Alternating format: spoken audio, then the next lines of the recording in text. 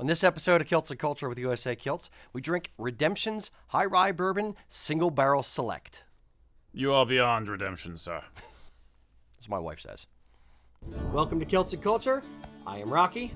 This is Eric. Victorian England had a huge influence on the fashions and styles that were happening in Highland dress in Scotland. Tartan is Scotland's gift to the world, and it is your personal heritage story. Welcome to Kilts and Culture. I am Rocky. This is Eric. Yo. Hope you enjoyed our little intro thing there. Today, special treat. Redemption. This is the High Rye Bourbon Single Barrel Select. This is given to us by Kerry Rogan, or Rohan, or Rogan. Not sure exactly how to say his last name, but by a wonderful Hi, human. Kerry. Yes, hi, Kerry. It's always just Kerry for us. Yes, exactly. The first name basis. Carry on. Carry on. Yes. So today, we're going to try. I didn't do my force Oh, power thing. it's getting worse every time. Oh, it is. It is. I'm horrible at this now. All right. We need the effects department to step in and do something about this. Indeed, indeed. All right. So, this is a bourbon whiskey, I believe. Is this Which bourbon? is it's Rye bourbon? like a rye-ish bourbon, I think. I have no idea. Someone handed it to me, and I ingested it. Or will ingest it. It's kind of how I roll. With some rye commentary.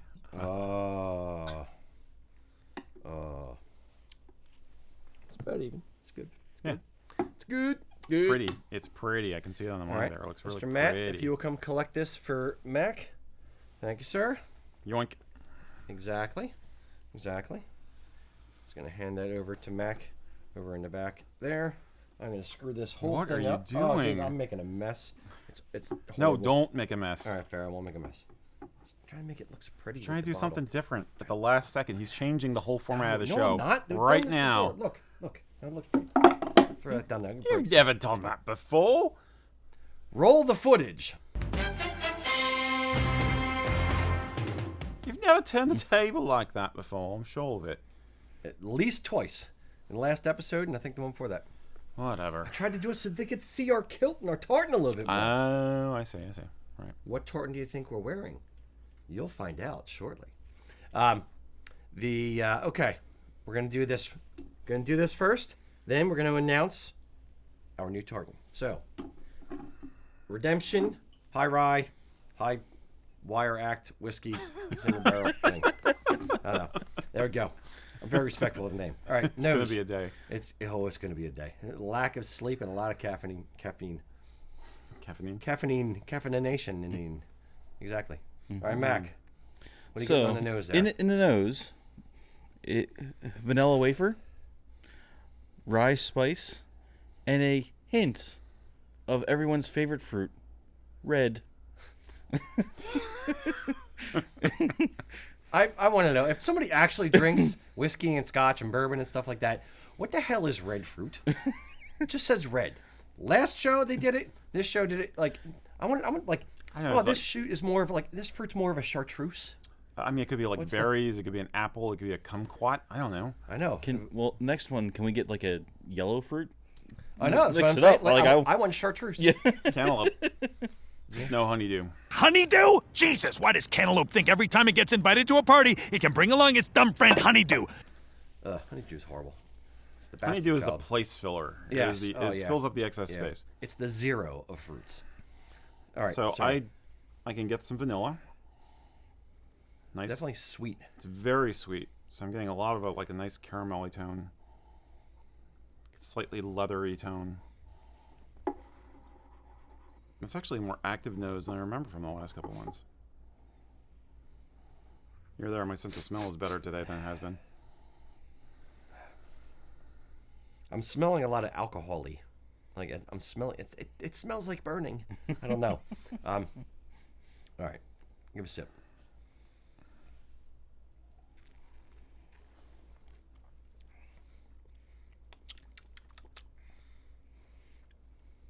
Very burny. Oaky. Yeah. Oak. Yeah. Very, very sweet. Yeah. I'm spitting out acorns. It's so oaky. It's elegant oak. Of all the oaks, it's the elegant. It's the elegant oak. yeah. And crisp cherries with black pepper. Pepper, Yeah. yes. Yeah, again, Cherries, I the don't pepper- Yeah, I'm getting the cherry a little bit. Yeah, the pepper is that euphemism for it burns. It burns. And then the finish, lingering and smooth seasoned wood, faint mint. Mint. Mint. Smooth. That's not the whiskey. Is my reaction to the amazing new graphic. It took me by surprise. It was delicious. A delicious graphic. I'm getting a little bit of the cherry. Like I'm getting a fruit. A little bit. Maybe that's the red fruit. That's the red Could be. fruit. The red fruit is cherry. Who knew? Ding, ding, Maybe ding. it's like the mystery fruit. No, I'm assuming I want to they're have a not- duck come down, like Groucho Marx. Yes. Say the secret word, $1,000. Indeed. Big black painted on mustache. Yeah, exactly. We have like there's a secret tasting note, and if we guess it, the duck comes down. We could totally rig this up now. No. I'm looking at the scaffolding stuff up there. We could totally rig this up. Or we should make it more. We should make it more Scottish or something, and have like a stuffed Highland coo, like a stuffed Kylo come down from the. Now We have a see, sound effect and everything. I'm going off the rails. Now I want to see like Matt in like the Mission Impossible outfit, like descend from the ceiling, and he's like floating. He above looks the a little ground. like Tom Cruise, We actually. can do it. We can do it. Yeah. You can trust us, Matt. It's fine. I don't get paid enough for this. Oh yeah, we'll water it just a touch. Just a little bit of water. Just to cut the burny. That's all right now. I don't mind it. I'm kind of digging it. Yeah, it's It's very thick. It has a very heavy mouthfeel. okay. I think that goes with the sweetness. I'm picking up what you're putting down.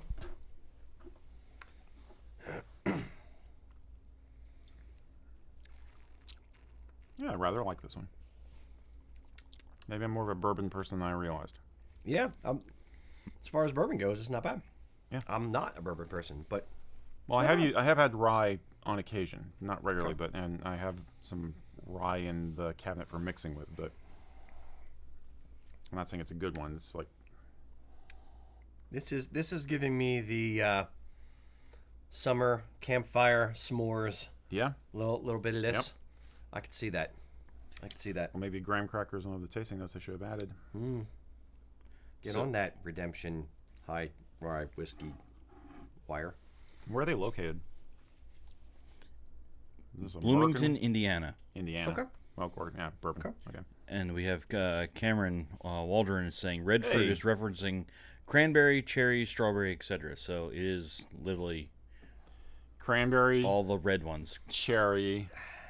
Strawberry, etc. So just fill in the. Yeah. Sweet berryness. Those are not the berries you're looking for. I mean, come on. What a cop. It's cop out, yeah. It's I don't know what it tastes Red like. It's kind of fruits. all of it. Like cranberries and cherries or anything. Then just say like. fruit punch. Slap some fruit punch in there. It's fine. How about some nice Hawaiian whiskey? When did they move from Indiana to Boston there? It's all of them. It's all of them. It's been a long week, Mac. Cut us some slack. Yes, it has. It's been a really long week. It's not over. I mean, over till it's over. All right. How do you feel about it, Mr. Mack? Give us your score, 1 to 10. I'm still trying to figure out if I like it or not. Like I'm like, He's looking at the glass like he's not sure which end to drink out. yeah. I think I'm still gonna go like 7-1. Oh, that high. Okay. I Did think it I change said for you one. with the water? It did. It took a little bit. I think it almost heightened a little bit of the pepperiness for me. I agree. I agree. It kind of made it it like mellowed it out, but then like add a little bit of more of an upkick to it Yep. for me. Okay. It brought out some of the bitterness, I think. Yeah. It cut the sweetness and brought out some of the bitterness. I like the word bitter. Yeah. Yeah, it's definitely, I'm getting a little bitter back bitter. of the mouth. Like, That's the woody, partly the woodiness for oak. me. Yeah, the oaky. okay. I see that. So 7-1. Going 7-1. All right, Eric. I'll do 6.7. 6.7. It's not bad. Yeah. It's not bad at all. yeah. I'm going to go 6.3, which is, for me, a strong score for rye. Very. Or for bourbon. Yeah. Yeah, either. Yeah, indeed. Yeah. Not bad. Thanks, Gary. Thank you very much, Kerry. Yeah, cool. Very good stuff. Opening our eyes to a whole new world. Yes. All right. Now the question is, when I am done this, do I drink more of this, or do I go to my backup scotch in case I do not want to have more of that? Oh yeah, Is that the Scotchy Scotch? that's the Scotch. The Scotch. Exactly. Scotchiest of Scotch. That's the Dalmore. That's good stuff. All right. Oh, Dalmore. So, you've all been wondering. We've teased it for days and hours and stuff. What tartan are we wearing today? Mr. Eric, we are, and I both, and Mac, back behind the camera, are wearing the American Dream tartan. It is a new tartan that we designed. We are very, very proud of this one. It took a lot of thought and effort to come up with it. We made a little video we want to share with you guys now. America is known as the land of opportunity, and as we approach our semi-quincentennial anniversary, we began reflecting on what makes America good. Over the last 250 years, why have so many people come to this place in search of a better life? Since our founding in 1776, America has held out a promise to the world, an ideal that we're guided by to this day, the American dream. These simple words encapsulate a concept rooted in optimism and hope. The idea that no matter your ethnicity, your race, your religion, in this place, everyone is able to work towards a better life. Here, your talents and vision and determination shape your own future. Personal freedom and hope, that's the lamp beside the golden door. That's what attracted our immigrant ancestors to America and continues to attract people from all over the world today. We wanted to design a tartan to celebrate that vision of America. For the origins of the American dream, we incorporated 76 blue threads to represent the year our founders made this promise. We included a gold stripe as a nod to Lady Liberty's torch. At the red pivot, we have 13 red stripes to symbolize the original 13 colonies. We utilized 3 shades of red and 3 shades of blue to represent the varied backgrounds and experiences of all Americans, those who suffered hardships to work toward their vision of the American dream. This depth and diversity of colors woven together celebrates a beautiful effect, not unlike our country itself. Look, I'm not saying that America's perfect, far from it, but I truly believe that this country has been for centuries and continues to be a beacon of hope. We hold ourselves accountable as good people by using the American dream as our North Star. It's the manifestation of the Founding Fathers' words that we're all created equal with the rights to life, liberty, the pursuit of happiness. It's the promise of the American dream that makes us good and gives others hope. And we feel that's worth celebrating.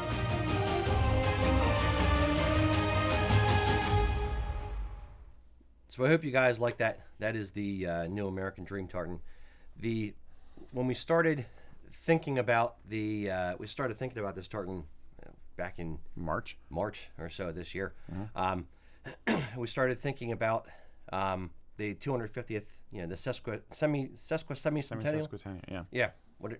The 250th anniversary of the U.S. coming up, and trying to think about how do we celebrate in a time where there's so much political division, stress, just general bad vibes, negativity from every angle. How do we, as a nation, kind of gather behind an idea? What idea can we all kind of get behind?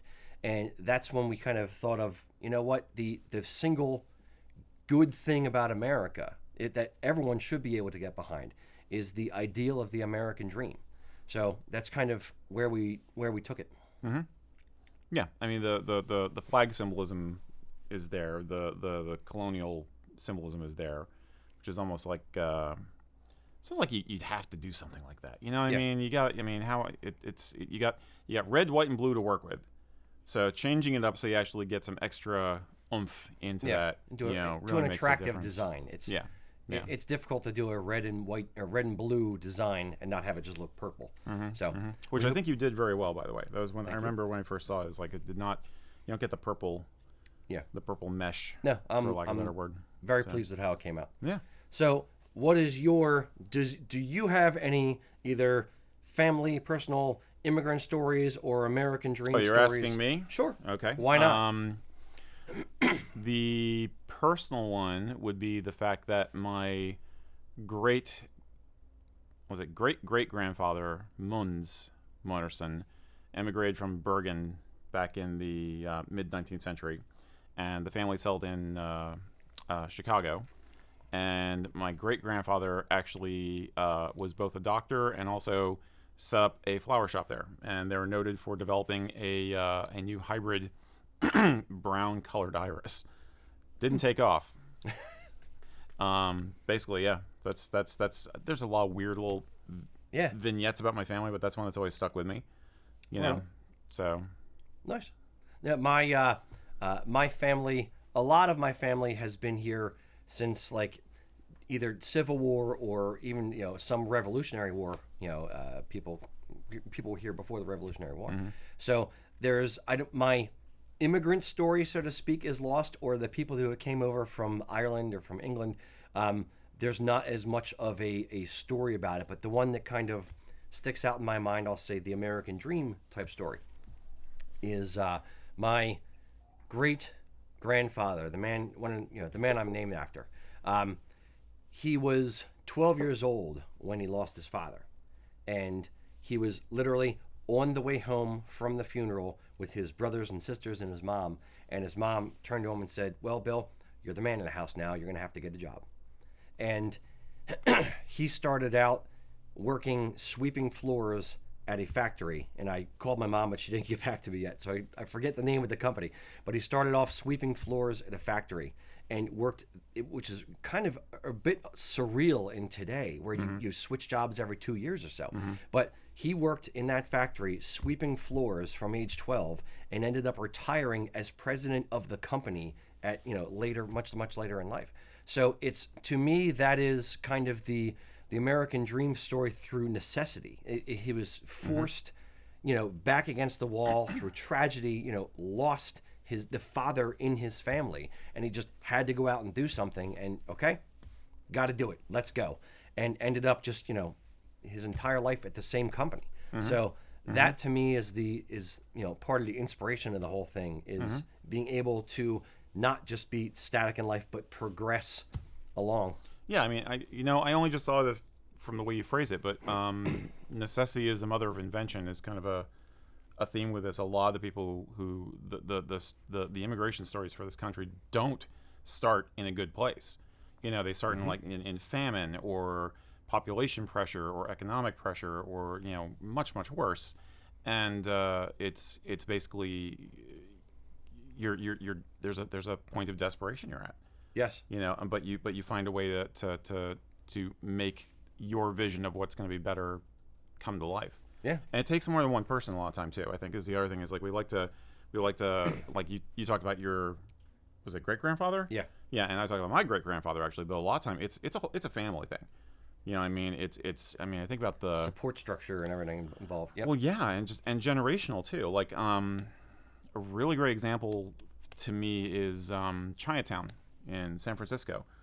I mean, holy cow, the shit that those people went through when they came here, but then they built this thriving, they took what was essentially a ghettoized community and they turned it into this jewel, this economic and cultural jewel that it is now. And it's just like, it took a huge amount of determination, a huge amount of grit and intergenerational support to make it happen. And there are other places in the world where you can do that, but it's not like here.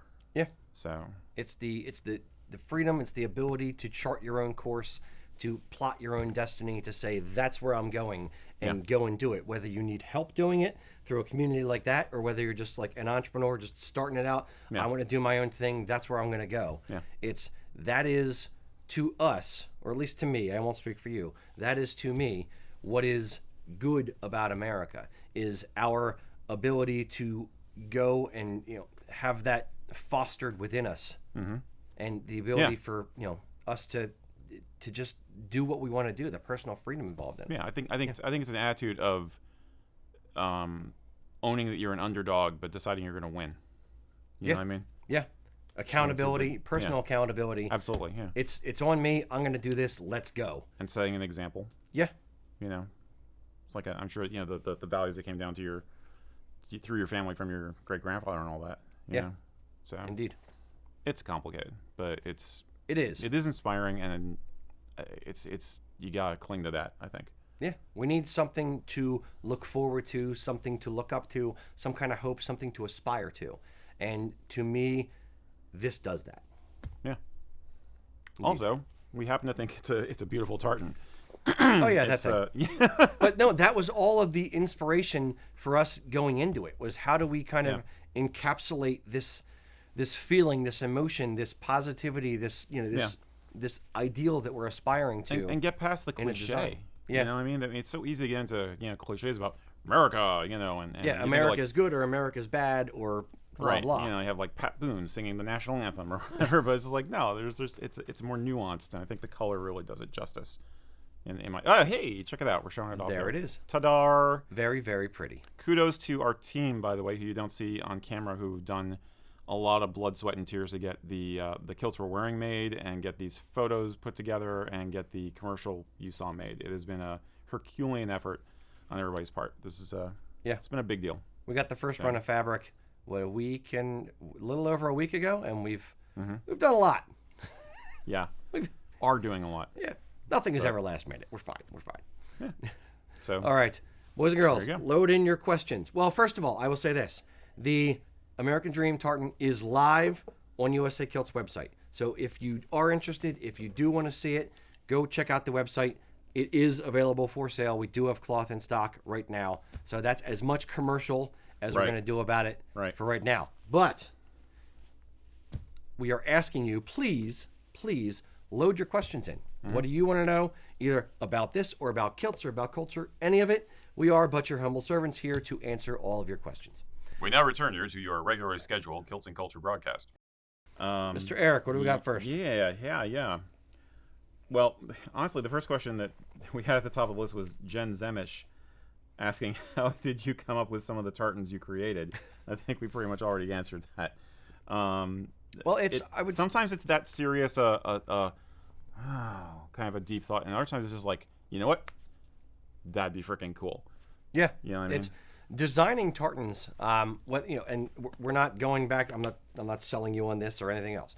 Just designing tartans for me. Generally, here I'm the one who typically designs the tartan, but it's generally my creative process, so to speak, is more of a round table discussion where I'll come up with an idea, I'll come up with concepts, and I'll kind of bounce it off a few different people, and then I'll see what their reactions are to it. I'll see if this is, if I want to tweak anything and move in a slightly different direction, if I can defend the idea and I like this or like that, or if somebody has a different angle on something or something I haven't thought of, and I can kind of incorporate it into the design itself. So for Kilts and Culture tartan, when we designed that, I actually designed four different ones with 3 or some with 4. more or less colors. For that one, I literally started with the Scott green weathered tartan because that was my wedding tartan. I wore that one a lot. It gets a lot of comments through pictures on the websites, through when we put the image and videos, that kind of stuff. So I said, okay, these colors are winners. Let me now use these colors and this general palette and this idea, and then completely rip it apart and do it, as a new tartan. So that one was more color-based and feeling-based. When it's something like the Firefighter Memorial, which my wife did, that one we used, we wanted to use specific colors for specific meaning, and at the same time, we wanted to use the number 343 for the 343 firefighters that died on 9/11. So since unfortunately, it's a high number, but it's also a palindrome. It's the same forward and backwards. We could use it as a pivot point in the tartan, so we were able to do that with that number. So it gives more meaning and more, gravitas. Yeah, more gravitas. Thank you. It gives more meaning, more gravitas to the tartan, and it just kind of makes people connect with it on a deeper emotional level. Clan tartans, if you look at tartans, across time, so to speak, and you start with the original clan tartans, they were really more like de facto district tartans. They were just designs. Right. And then, you had the Black Watch tartan, which, stood for something, as in the military. And then it kind of evolved through just different patterns for clans. Then when you get into the 1950s, the first example of a tartan of ascribed meaning to particular colors that we know of and we can document is the Nova Scotia tartan in 1953. So over time, it's kind of evolved from a fun, fashiony thing to a symbol of a family, or to a symbol of a district, to a symbol of a family, and then people are just looking for more and more deeper meaning within it. Yeah. Which kind of evolved into this color is for the sky, and this color is for the sea, and this color is for the rolling hills or whatever. Or a blend of colors sometimes. Correct. You know. And it's kind of evolved over time, and that's one of the beautiful evolutions of tartan. There's a lot of not beautiful evolutions within it, but one of the beautiful evolutions is the meaning that is ascribed to certain things. It's not just that's a pretty tartan, so that's now a thing. It's people are putting more thought and effort into the meaning behind things. Yeah. There's a kind of a poetic quality to it. I think most people, when they design tartans these days, it's very definitely the latter of your description. Is that like they'll look the cut, like Isle of Skye is always my favorite example, because she was very much inspired by the colors of the landscape there, to come up with what she wanted for that tartan. And a beautiful and most tartan. people, like you look at local geographical tartans nowadays, it will be literally like the green of the fields of corn and the blue of the sky and yada yada yada. I have a tartan that I am working on that is inspired by a very specific colored object. I don't know if I should reveal it or not, because you'll hate me for doing it. I'll hate you for doing it. You're right, so don't.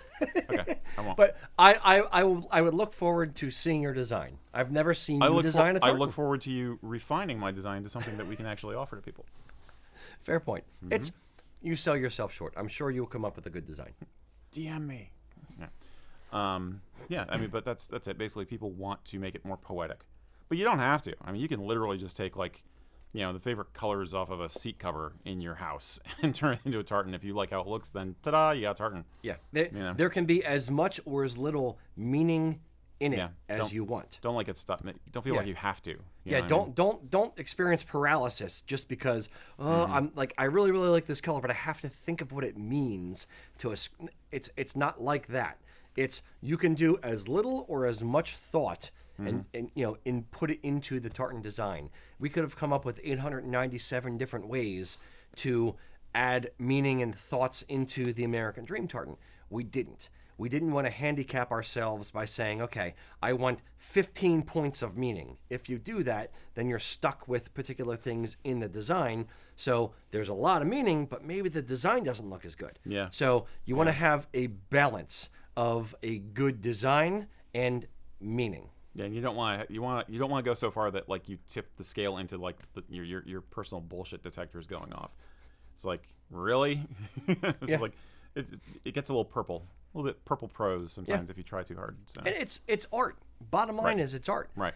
You're always going to see the artist to some degree may have to explain why they did certain things or used certain objects. Like I'm thinking like painting art. People have to sometimes explain why they did certain things. Other times, people will just read into it what they want to read into it. That's true. So there's the element of allowing personal exploration within an art object, whether it's tartan, whether it's a painting, as well as what the artist actually meant, and just explaining what they meant. Mm-hmm. Indeed. So I hope that helps. First shaggy dog of the day. Exactly. All right, Mr. Mac. What do we have from the audience, folks? So, we do have a question from the Tiki Talks. Ooh! So, Hippie Witch 1. Not Hippie Witch 7. No. Oh, good. This good. is the one Hippie Witch. There is only one. I hate Hippie Witch 7. All those others I've met at festivals are fakes. Indeed. Okay. He wants to know, or they want to know, because we don't know what they are. Yes. Is there a difference between Mick or Mac with last names? If not, why is there a difference? It's a good question. Nobody's ever asked us that. Yeah, from a very, very, very broad brush kind of take on it, it would be, and this is not true in every single instance, but it's as again a broad brush kind of thing. Mick is generally speaking Irish. Mac is generally speaking Scottish. O is also an Irish, like O Kelly kind of thing. O/Mick/Mac essentially means son of or of. Right. So it's the shorthand for like John or Seamus O'Kelly is Seamus of Kelly, like it's son of his Kelly. mom. Yeah, son of Kelly. Yeah. So that's how it kind of evolved over time, and it tends to be Irish or mix and Scottish or mix. Yeah, I mean it's kind of the subtle variances between that you sometimes see between Irish Gaelic and Scots Gaelic. Essentially, is my understanding. Now, how many of the mix in Ireland were families that came over from Scotland, like to Northern Ireland? I don't know. Opposite. How many mix in Scotland or came over from Ireland? Is that what you meant? No, how many Macs came from Scotland over to like Okay, you said Ulster? Mick. That's why I'm asking. Sorry. Yeah. Oh, there was a lot of Scots in Ulster. Yes. Mick, Yeah. Mac, Yeah. Paddywhack. Let's call the whole thing off. Give your dog bone. Yeah, I don't know how far back that goes. I mean, Neil is extremely old. That was originally one of the ways you differentiated the families of noble lineage in Ireland, which is why the O'Neills were like the ruling clan, all that. But in terms of Mac versus Mick, I don't know when Mick arose as a convention.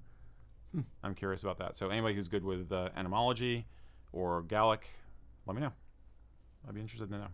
Indeed. When it became a thing. Yeah. It became a thing at some point. It wasn't a thing, now it is a thing. And which way they go. Or Yeah. they go both ways across the water. Yeah. So, All right. Mr. Eric, yeah. That's a really good question, actually. here it is. We need to research that more. Hey, you're paying me. I'll research whatever you want. Sweet. Wait.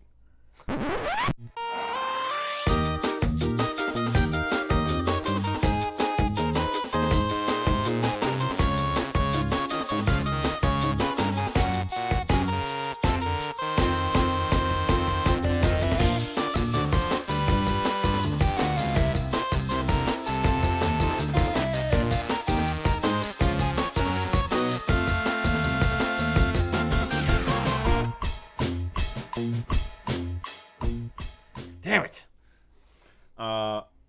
Mr. Randy Collins asked us, he says, first of all, I want to thank you for creating this platform so there could be some social interaction among the culture of the Celtic community.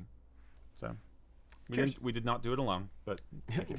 Without the community, there would be no community. Right, there wouldn't be us. So, thank you all. My question is, what direction do you see the Celtic heritage scene heading, and what can we do to keep the flames of interest and curiosity building? So, we've commented on this before a few times, but it's always an interesting thought. What direction is it heading? Northeast-ish. That's a fair point. Right up 95. Following the trade winds. What direction is it heading? It's heading the same direction it's always been heading. You're talking family. If we're talking family lineage stuff and just passing down stories and passing down, culture and that kind of thing, I think it's going the same direction. So, I don't think that direction would massively change because it's your own on a personal level, on a family level. I don't think it's even a direction. It's just like that's where it doesn't move. That's the linchpin. That's the constant. That's what makes it a culture in the first place. Yeah. What do you think? I'm gonna pontificate. What do you think? For once, I don't feel like I have any really super amazing thoughts on this one, but I think I'll say it's becoming more heterogeneous and it's actually getting more colorful. I think there's as people from Gaelic backgrounds spread out across the world, largely due to the British Empire, they encountered different parts of the world and different cultures, and there's been interaction and intermarriage all over the world. And so there's a little touch of Gaelic culture in a lot of different places, and there's a lot of cross-pollination. So I think we were just talking about tartans. I think the fact that you see so many tartans now that are made by people to represent something which ostensibly has nothing to do with Scotland. The Ukraine tartan, and things like the Ukraine, that. yeah, exactly. But the point is that cultural nugget, that cultural art form Symbolism of tartan is translatable into other contexts. And I think that's kind of what we're seeing is basically that in the digital age, as cultures are able to interact with each other more, there's more variety of expression.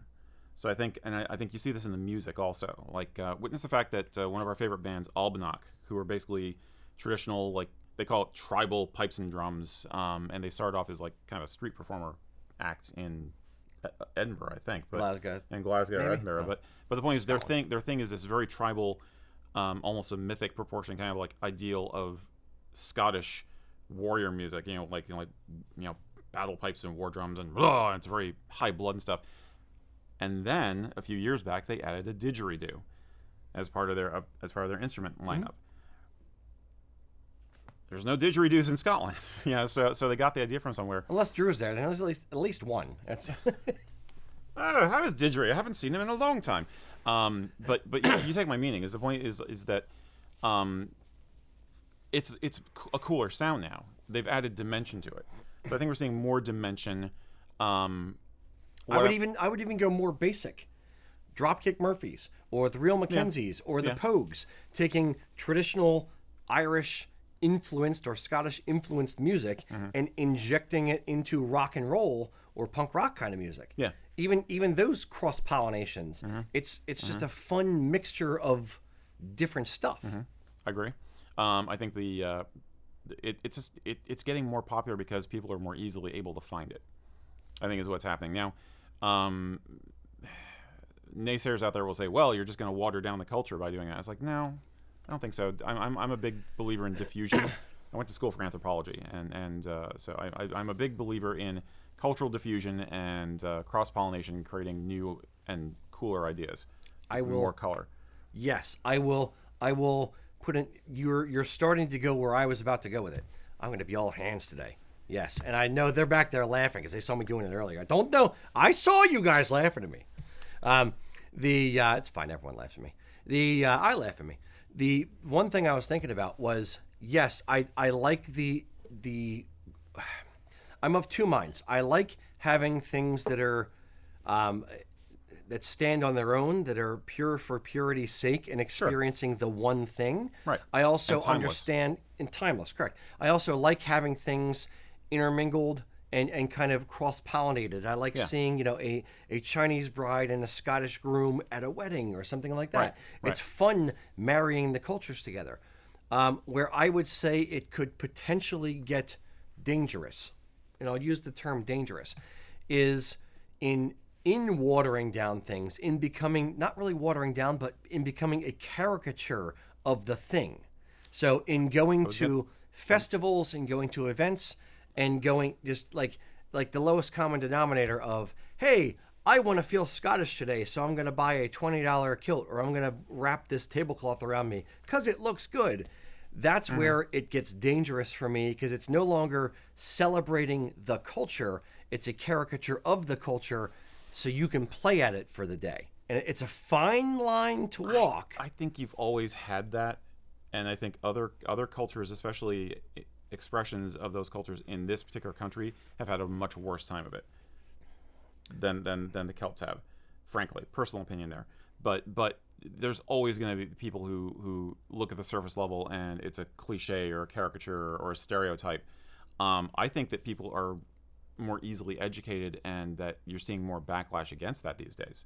I encounter more people. You still have the party people who just want to, like, oh, I'm going to be a Scotsman for Halloween and all that kind of stuff. Gonna throw on my green plastic beads for St. Patrick's Day. Exactly. Yep. But at the same time, I think you have more people who it's easier to tell people, okay, well, you're kind of making fun of something that actually has a lot of depth and beauty to it if you look at it more closely. And there's more pushback against the cliche people. You know what I mean? But it's a weird one, because you don't want to discourage people who are just finding it for the first time. No. So absolutely not. if their way to just dip their toe in the water, so to speak, is to go to a St. Patrick's Day parade and they have their green plastic bowler on that day, you don't want them to feel bad for doing it, but you want to educate them and say, like, hey, well, here's what maybe you could wear instead of that next year. So it's the balance. Yeah, absolutely. And that's where we get it. I think the only answer to that is to lead by example, as we've said before. Basically, you're always going to have, what my mom would call Philistines, who don't really appreciate what they're doing. It's just, they're doing the magpie thing, and it's shiny and cute and fun, and they're just gonna pick it up and then drop it again. That's just human nature. But if you can set a good example, then you can both maintain the compass point of tradition and also, spread out. Bring them around. Yeah, bring them around. Yeah. So I remember when we started. I want to say things are getting better. That's all I'm gonna say. Yeah. No, but Things are getting a lot cooler. If you look, especially the music. I'm glad we touched on that because listen to some of the folk shows like on NPR and stuff. So the music, the folk music from all around has just gotten much more diverse and interesting and creative.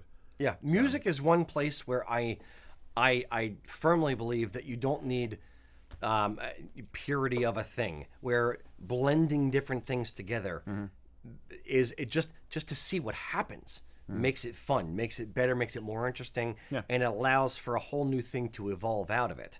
Like Celtic rock wasn't a thing until the Pogues, or Celtic punk wasn't a thing until Dropkick Murphys and Flogging Molly and the Real Mackenzies. So it's fun to watch it evolve and for different flavors to it's kind of like food, like mixing it all together and see what works and see what doesn't. Yep. So, indeed, but walking back to the other point, I think walking people up the scale of they have to start somewhere. Everyone has to start somewhere. And if you start by jumping in and saying, okay, I'm going to spend $1,500 on an outfit, great.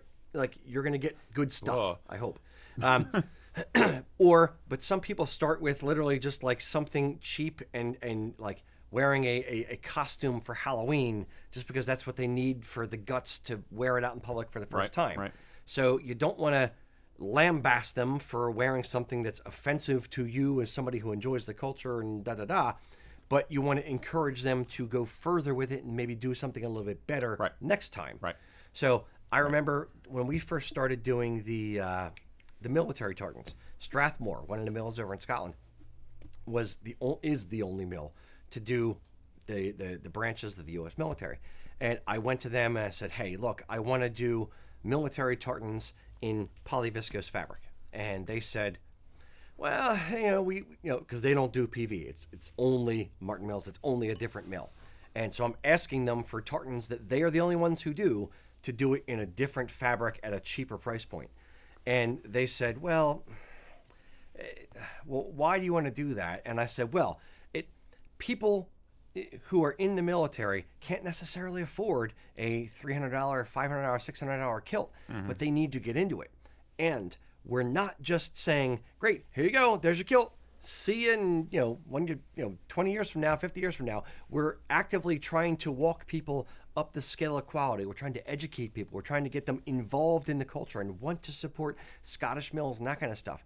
So they kind of understood where we were going with it. So we actually got their permission to have the military tartans woven in polyviscose fabric, and they have nothing to do with it. But we want people to start. We recognize that people need to start where they're comfortable spending their hard-earned money to get into it, and at a particular price point, level, whatever you want to call it. And eventually, over time, they're going to be like, you know what?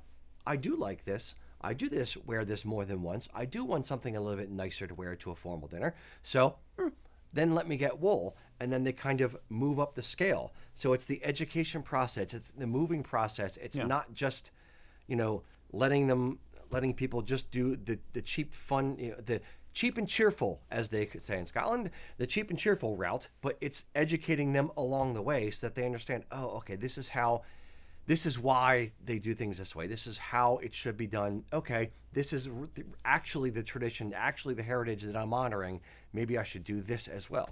Yeah. So, again, to the second part of his question, how can you boost things? Be a good example and be supportive when people shows even a modicum of interest. Whether that's in your family, in your friend circle, whether it's your wife, your husband, whatever it is, yes, bring them in. Let them experience it with you. If you're in the pool, the answer is come on in. The water's fine. The answer is not stay out of there with that cheap BS acrylic kilt. How dare you? Get away.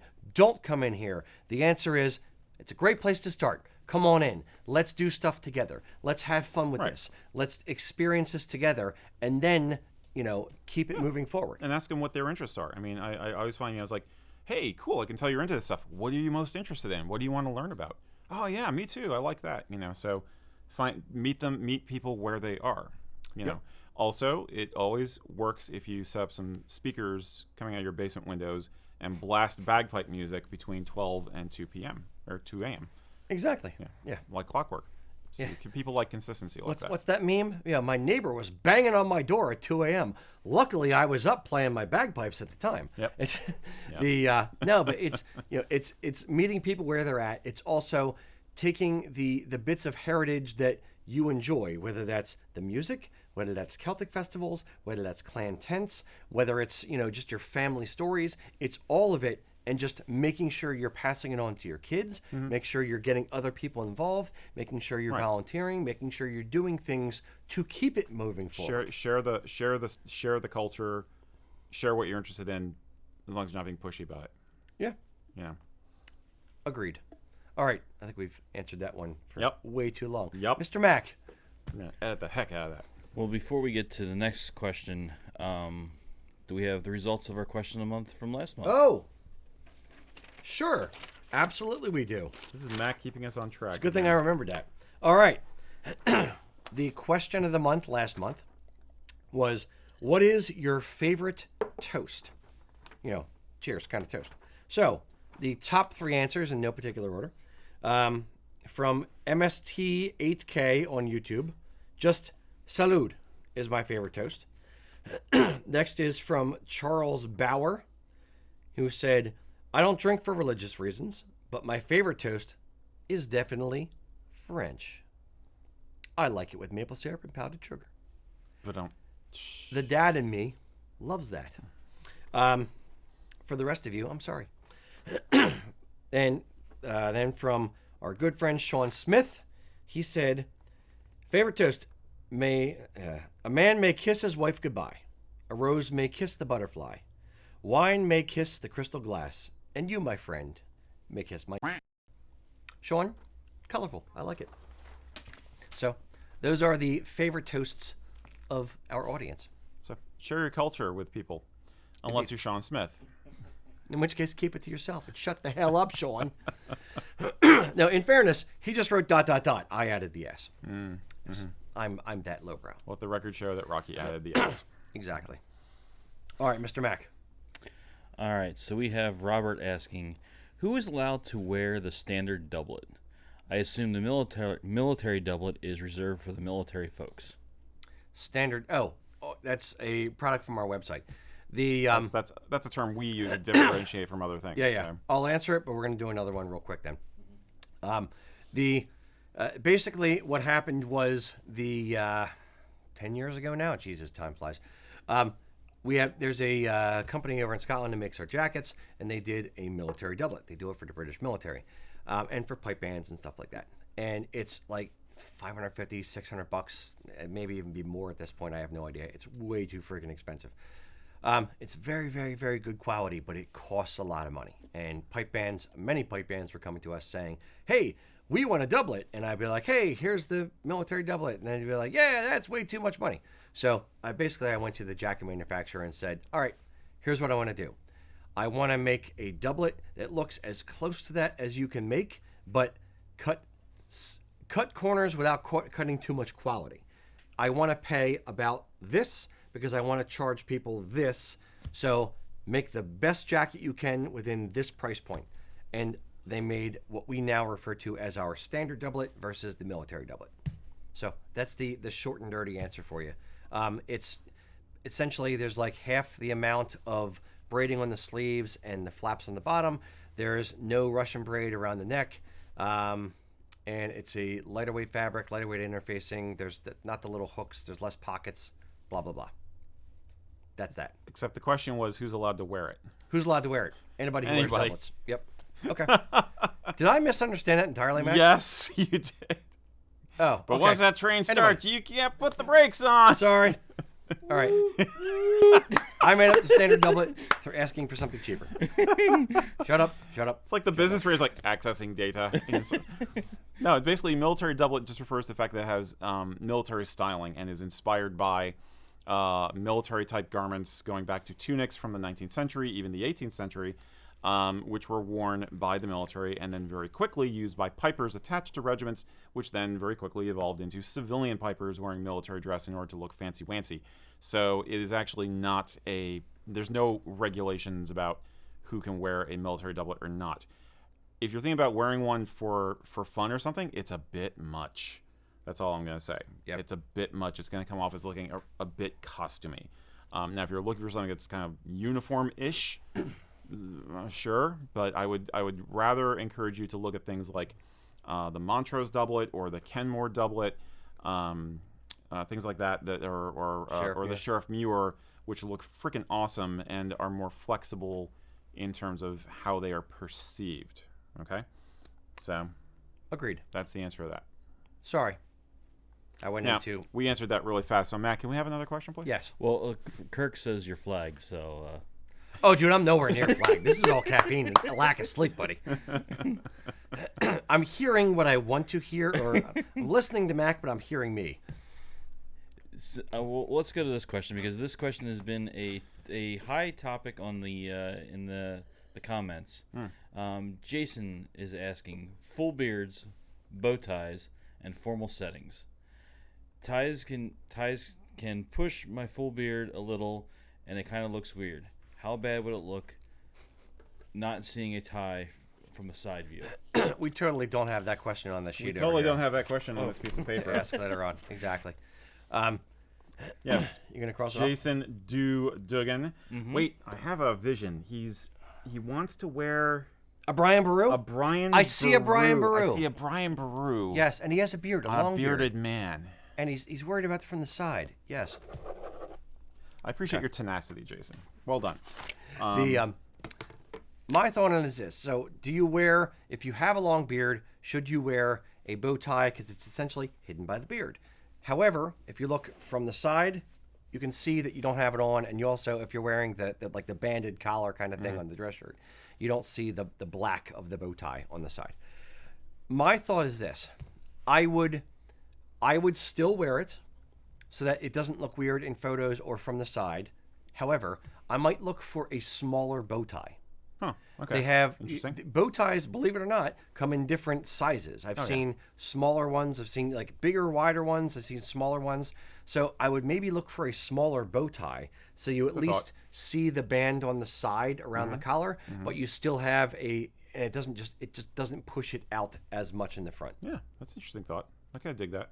I appreciate the problem. I think that it depends on how you trim the beard and how thick the beard is. Like if you're doing a lot of layers. The neck beard. Yeah, well, but it's like, but if you're not, if it's not a neck beard, then it's layers that's giving you fullness, stuff. So, that's an interesting idea. My thought was basically if the tie really bothers you, maybe opt for one of those shirts that you can wear like the decorative jewel thing in the top with. You remember it used to be really trendy back in the 90s. So I'm showing my age. Bolo tie. No, not a bolo tie.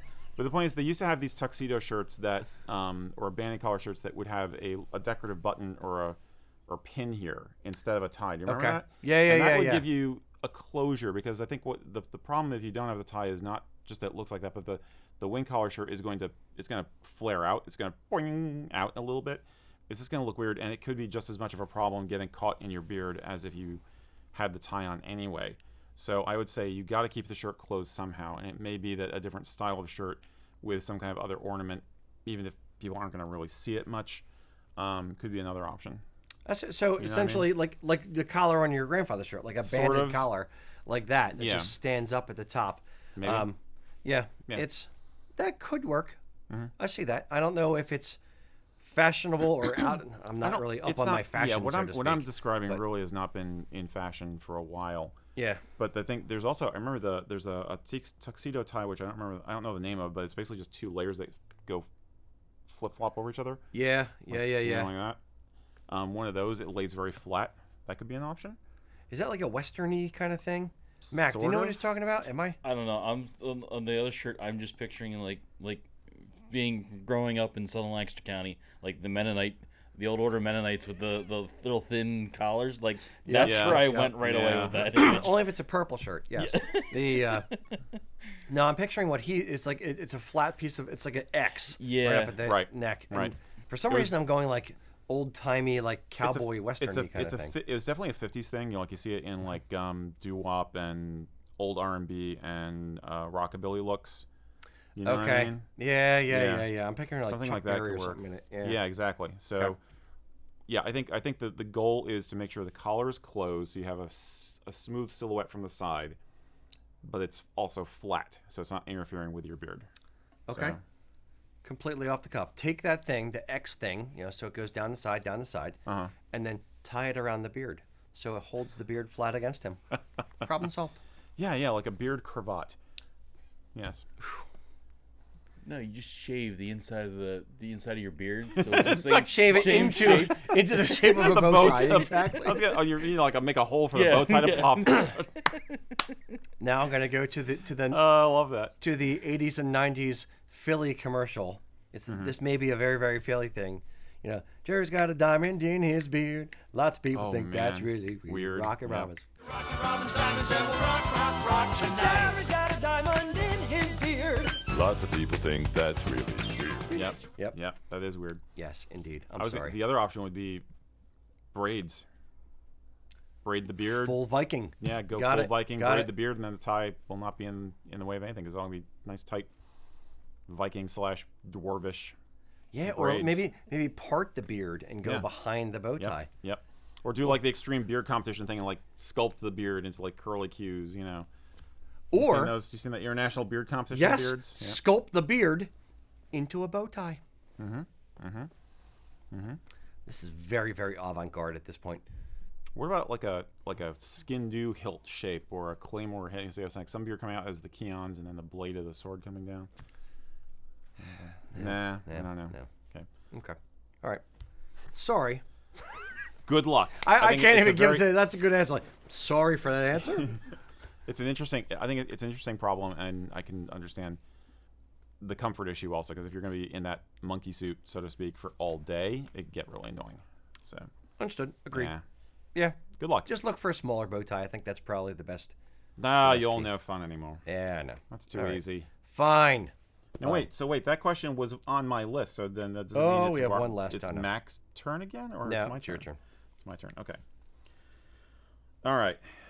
David Noble, the Noble David, asked us, "What does the industry, Highland wear industry, I think, or whatever, and related, need in your own personal opinions?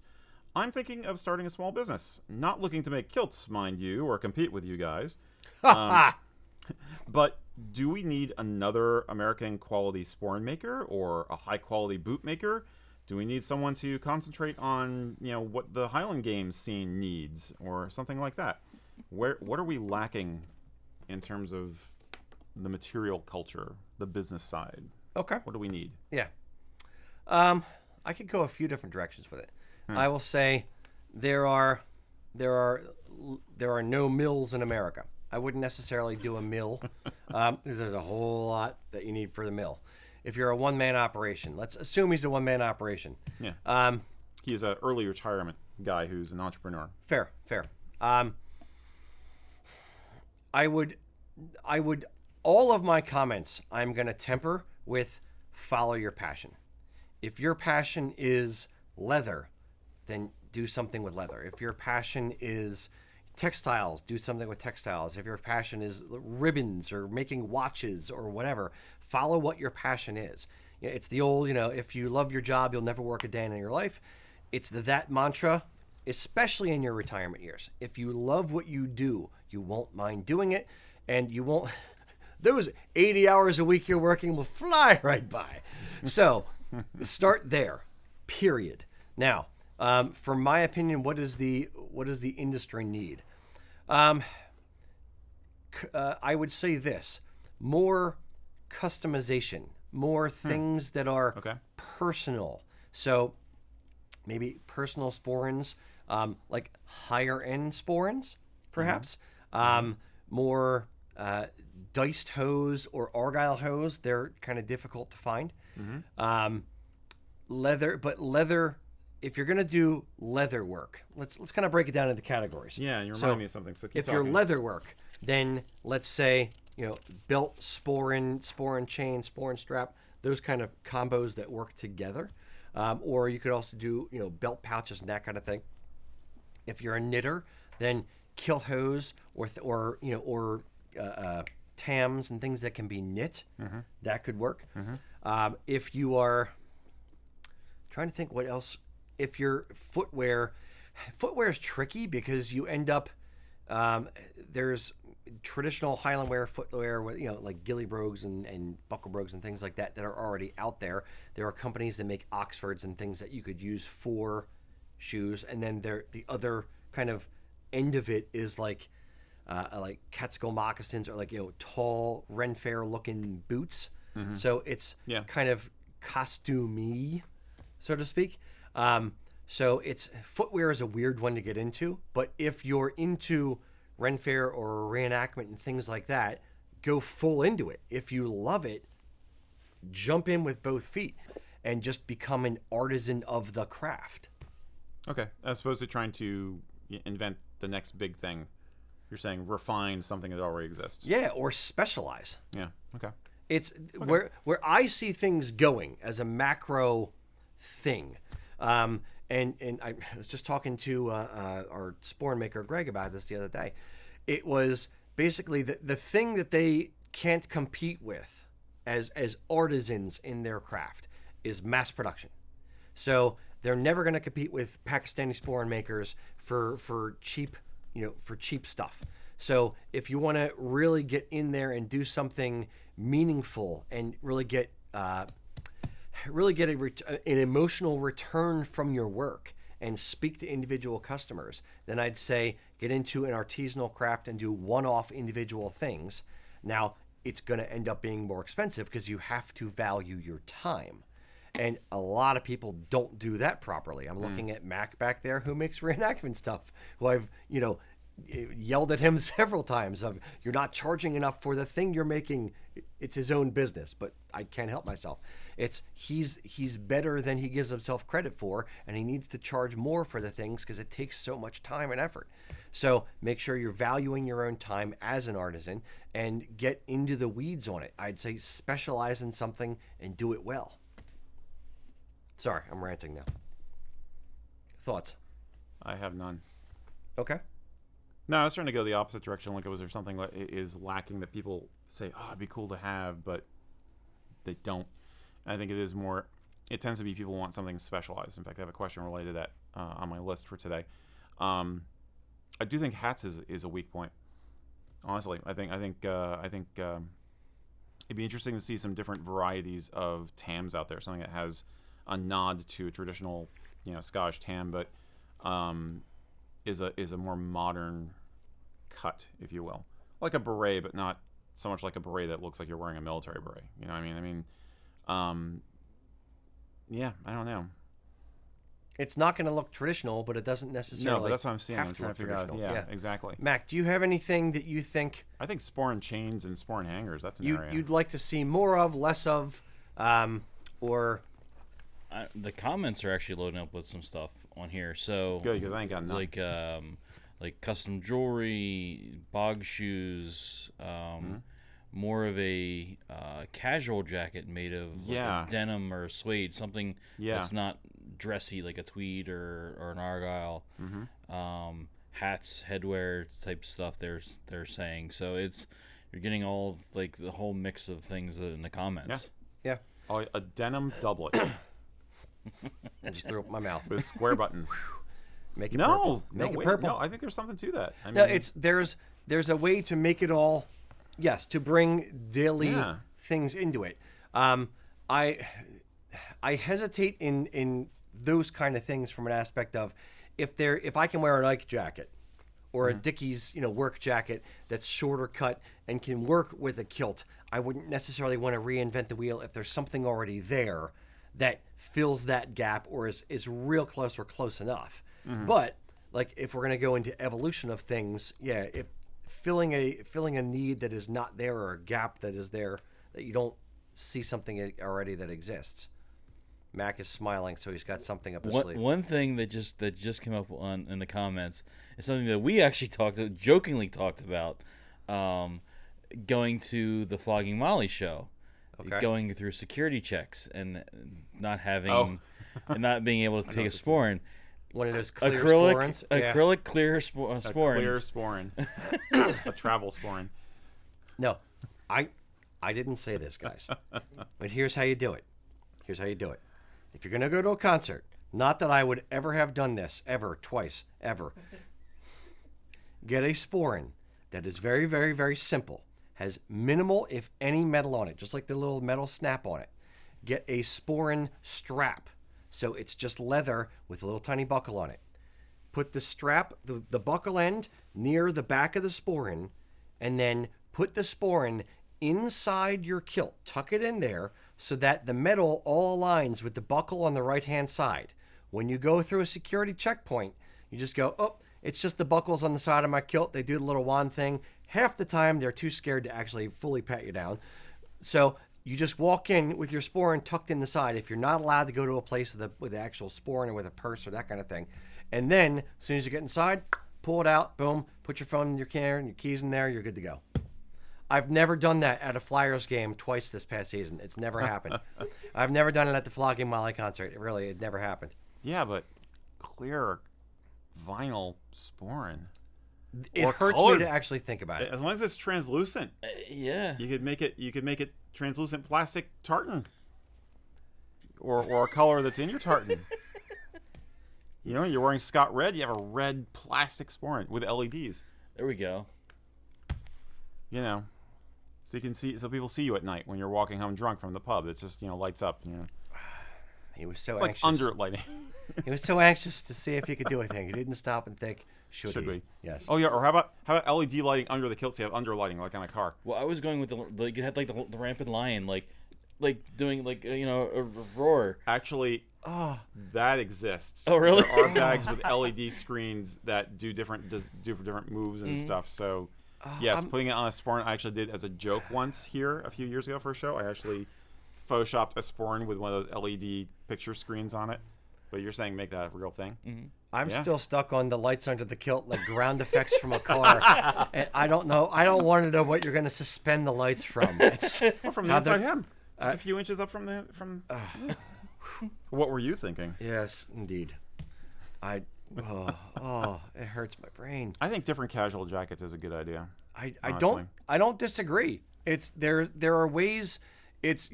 It's not traditional, no, but you can still incorporate it into your daily wear, and we do that all the time. So I am full on board the train of incorporating a kilt with a polo or with your normal everyday wear, just replacing pants or shorts with kilt, so you're paying homage to it, but you're not bastardizing it. Yeah. And you're not making it a caricature. You're just incorporating it as part of your daily life. Your clothes. Yes, it's part of your clothes. It's clothes with symbolism, but it's part of your clothes. Except if you put ground effects under your kilt. Indeed. All right. I'm going to need a Photoshop of that. Yes. All right. You're not the only one who can ask for a request. What do we got next? Well, I think now it actually that was mine, so... Actually, before we get to the next question, it's halfway through the show. You know what that means. Our Kilt ambassador this month is a bit more of a culture ambassador. He's someone you might recognize if you peruse YouTube on a regular basis. Shaun is a Scottish vlogger, or a video blogger, if you will, who's found his passion capturing life's journey through travel. Shaun grew up in Edinburgh in a neighborhood called Stenhouse, known for its tough working-class roots. And despite that reputation, he loved growing up there, right near the huge park, and found everyone he grew up with kind and friendly. His journey to become a Scottish YouTuber started in 2014. Shaun was traveling to Brazil, where his wife Tech is from, and he wanted to document the trip to show people what life was like in Brazil. A journalist by trade, Shaun fell in love with the process of documenting his travels, and he hasn't looked back since. In his own words, I enjoy the exciting discomfort of going somewhere unfamiliar, meeting people from diverse and different backgrounds. The thrill of discovering different things in a new country, plus connecting the dots as to the similarities that I find around the world. I asked Shaun if he considered himself more of an ambassador of Scots to the world or a teacher for Scottish people on the places that he visits. Or is that way too serious of a take of what he does? He said, maybe that's a bit too serious, but I guess it's a bit of both. My main aim is to try to spread positivity wherever I go. On my recent U.S. road trips, I focused on the positive things I've come across and the many truly amazing people that I meet, as well as injecting a bit of my own brand of Scottish charm. I definitely try to act as a bit of an ambassador. We chatted for a bit about his clan and his family Tartan, and he gave me a very interesting answer.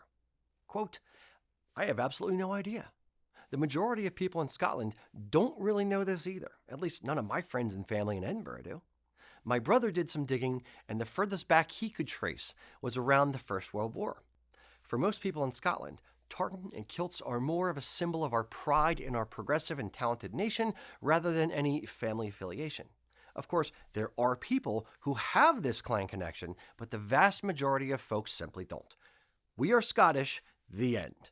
And tartan is one of our symbols of national unity. Shaun's been a lot of places around the world, and he recorded most of them. We asked him to give us his top 3 travel destinations. In no particular order, Iceland has to be up there. Go there when it's snowy and icy with the northern lights out. The place is otherworldly. For food, New Orleans is the top destination. It's so unique and diverse, I loved it there. Then, for good big city vibes, New York. If you think you're adventurous or ambitious in any way, you have to test your mental strength by living there for a time in the Big Apple. The energy is electrifying and contagious. Shaun has recently begun to focus his YouTube channel a bit more on his American travels, rebranding his channel Shaun in America. Shaun is a positive, kind, curious person with an excitement for traveling. For those who haven't seen his content, please go check out his YouTube channel or find him on Facebook, Instagram, or even TikTok. He has a truly unique way of showing you a location through the eyes of someone experiencing it with wonder for the first time. So here's to him. Shaun, our ambassador of the month. So here's to Shaun. He is a wonderful, wonderful human. Cheers. Cheers. Yeah. What is your favorite place? Speaking of Shaun, speaking of world travel, what is your favorite place you've ever been in the world? My living room. My bed. Wait, my favorite place? That you've For ever any traveled reason to? at all, or that I travel to? Yeah. Because it's not Scotland. It's not in Scotland. It's my house in Arizona. Okay. My family homestead is in Sedona, Arizona, Red Rock country. So my favorite place in the world is a little tiny trail off into the off of Oak Creek Canyon in Sedona. Okay. Nobody knows about that place except me and my sisters. That's my favorite place. Fair. Just about. Well, there are a few other people, but it's our place. Yeah. I think that's the thing is like it feels like your place. You know what I mean? Yeah. There's a trail out there where I proposed to my wife, which is also a favorite place of mine. So That is lovely. So yeah. Nice. Yeah. I would say mine. Not that you've asked, but I'll answer it anyway. I usually don't have to bother. You're a very empowered person. I'd say the place that like weirdly, without it like snuck up on me and left the biggest imprint was the first time I was in Scotland, and we went to we drove we were at Lochard, and then we drove for the day through the the little valleys and hills and valleys over to Callander. And on the way back, we stopped at this little like car park between two really mountains but huge hills, like winding road, and there was a place to park, some grills, and just hang out and do nothing. And the sun was going down, so my wife and I stopped there and just kind of watched what was happening, the sun going down, and there was no other cars on the road, and it was like deathly quiet. Like it was like soundproof room quiet. Like you could hear the blood coursing in your veins kind of quiet. And I don't know why, but it was one of those. It left an impression on me of just like dead silence, and it was just so weird and not eerie weird, but like calming weird. It's just like, wow. This is like, really cool. and then I went mad. Yes. I could And that's hear where I the buried beating my of my wife. heart. No, there's a lot to be said for solitude. I mean, that's why I Yeah. like the desert out west. It's just like because, Yep. as my uncle puts it, there's miles and miles of miles and miles, and you can if you I like want that. if you want to get lost out there, you can get lost in a good way. So yeah, I think there's a lot to be said for that, especially if you live on the east coast of the United States like we do. So it's so built up around here. Agreed. But, yeah. So was that your question next, or is that Max? Uh, Forget who I was throwing to. it should be going to Mac next, I think. Mr. Mac, what do we have next? Mr. Mac. All right, so we have Dave asking, how would you suggest a larger man wear a dress sporran to a formal event when chains undercut the belly and candles clang on belt buckles? Yep. It is a common problem I know nothing about, where you have a little bit of a belly in the front, and basically it sticks out past the front of your legs. So when you wear a dress sporran, it kind of gets tucked up underneath Like you. hangs at an angle. Yeah, or it hangs at an angle back, exactly. Yeah. So there's two options. One, you can wear a sporran chain, or check that, sporran hangers. So, but with sporran hangers, you have to wear a belt. A sporran hangers are basically the little key fobs that, like when you have a biker wallet, they snap over your belt and you hang your chain or your keys from your belt. Yeah. You can buy two of those things. They're available on any Kilt website.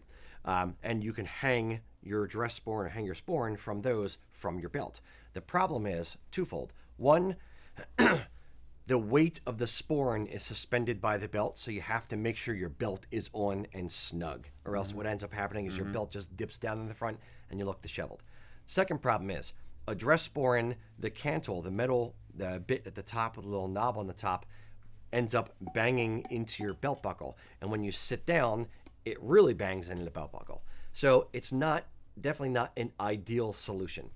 So the hack that I've learned over time is if you wear your sporran chain up a little high, hook your sporran chain over the top of your buckles on the sides of your kilt, your waist strap, your waist buckles on the sides of your kilt. When you're wearing a dress sporran, when you're wearing a vest or a waistcoat, you're typically not wearing a belt. Because you're not wearing a belt, you don't have to worry about it banging into, the buckle and the top of the cantle banging into each other. So if you wear your sporran chain lower like you normally do, it kind of underlines the belly. The way to stop that from happening is you hook it over the top of your sporran chain or your belt buckles on the side. That way it's not hanging real down and low and swooping down the front. It's up higher and it hangs down at a steeper angle. So you can wear your sporran a little bit higher on the belly, and it tends not to kind of underline the belly and give that disheveled look. And the worst time is when you are sitting down, then go to stand back up, and you have the whole, the front of your kilt's kind of like puffing out above the top of the sporran. Right. So if you wear the sporran chain up higher, that tends not to happen nearly as much. There you go. Any thoughts from you? Only one question. Would that work as well using a sporran strap as opposed to a sporran chain? Yeah, Or is you a can- chain better? Yeah, sporran chain might be a little bit better for it because the chain can, travel any direction and not be stiff like a sporran strap could be, but you can definitely do that with a sporran strap as well.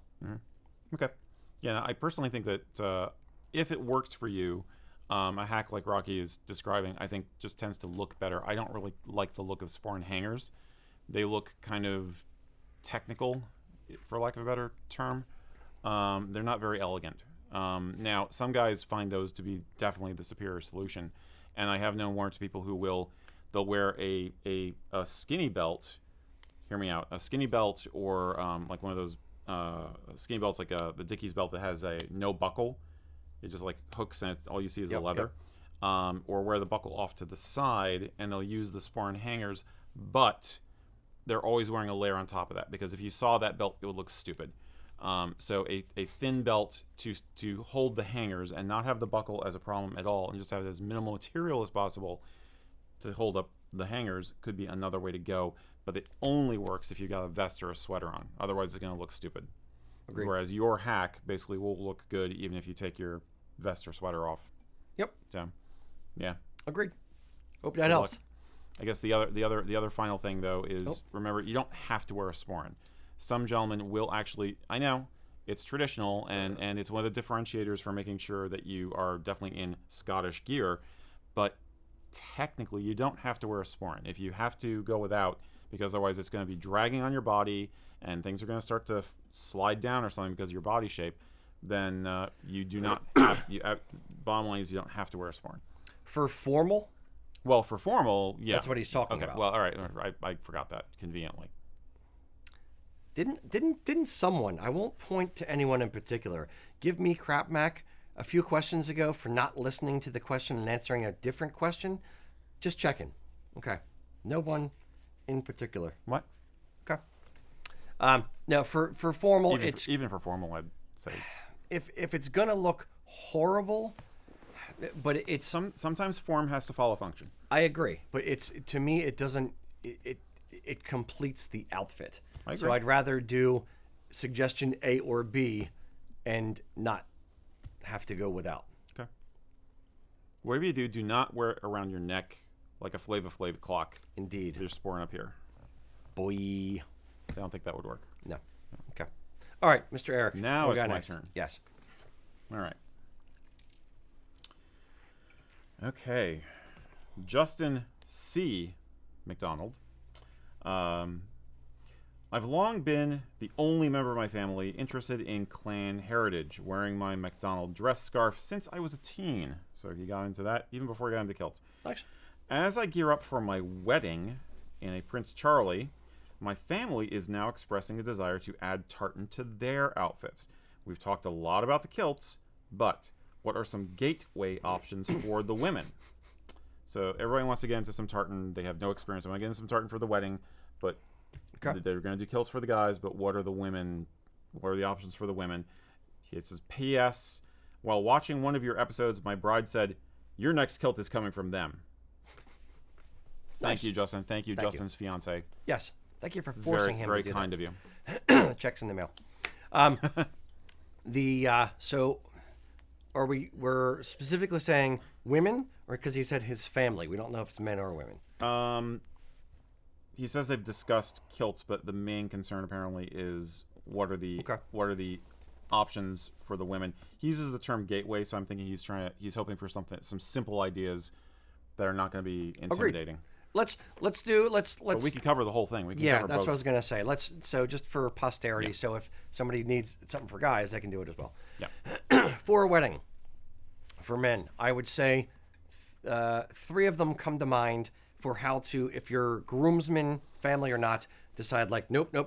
They're throwing a fit. They're not going to wear kilts, but you want to incorporate a bit of tartan into the ceremony for them. There's a few different ways you can do it. 1, tartan vests. 2, tartan tie or tartan bow tie, potentially. 3, pocket square. Another one that I don't know if I've said before is maybe a piece of cloth either tied to or under the boutonniere. I don't remember you mentioning it before, but yeah, that is a classic. So that would be mine for men. Do you have any thoughts on male? No, I personally don't care for the tartan vests. Sometimes they look cool. Sometimes you look like a waiter on a cruise ship. So I'd be very careful with that. But I think you covered it nicely. Okay. Yeah. So moving on. Women. What do we want to have for women, for incorporating them into a ceremony, but they're not, full-on tartan ball gowns? Everything's going to depend on the formality of the occasion. I mean, if you're talking about a beach wedding, then you don't have to worry about any of this. If you're talking about a serious wedding that's going to last 3 hours with an incorporated mass in the cathedral in the capital city, then you're probably going to go a little more formal.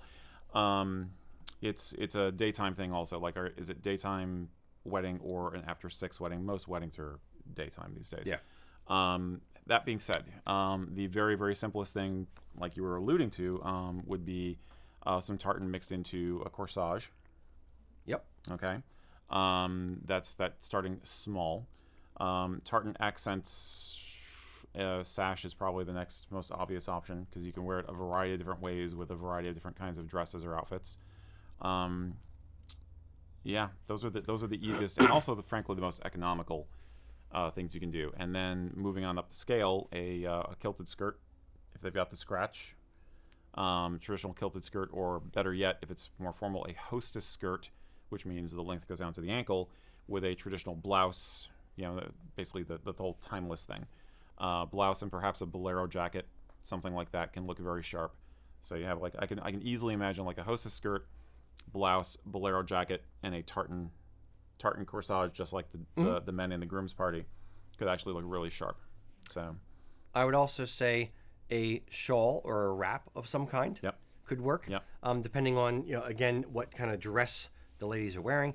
I would also, if they're not that into it and don't want tartan as the symbolism, perhaps some jewelry, a brooch or a necklace or earrings or something like that. The tonal. Correct. Yeah. Tonal. Yep. Coordinate. Or a rosette, a small tartan rosette. Yep.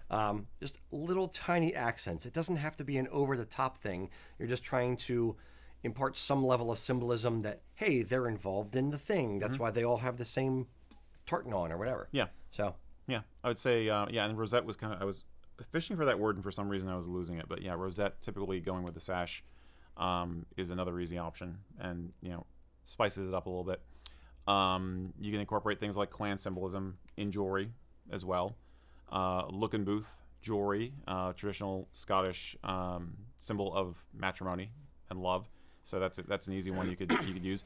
And frankly, look and booth pieces of jewelry can be a nice gift for the members of the bridal party also. If you need to give them some kind of token for their participation, that's a nice option.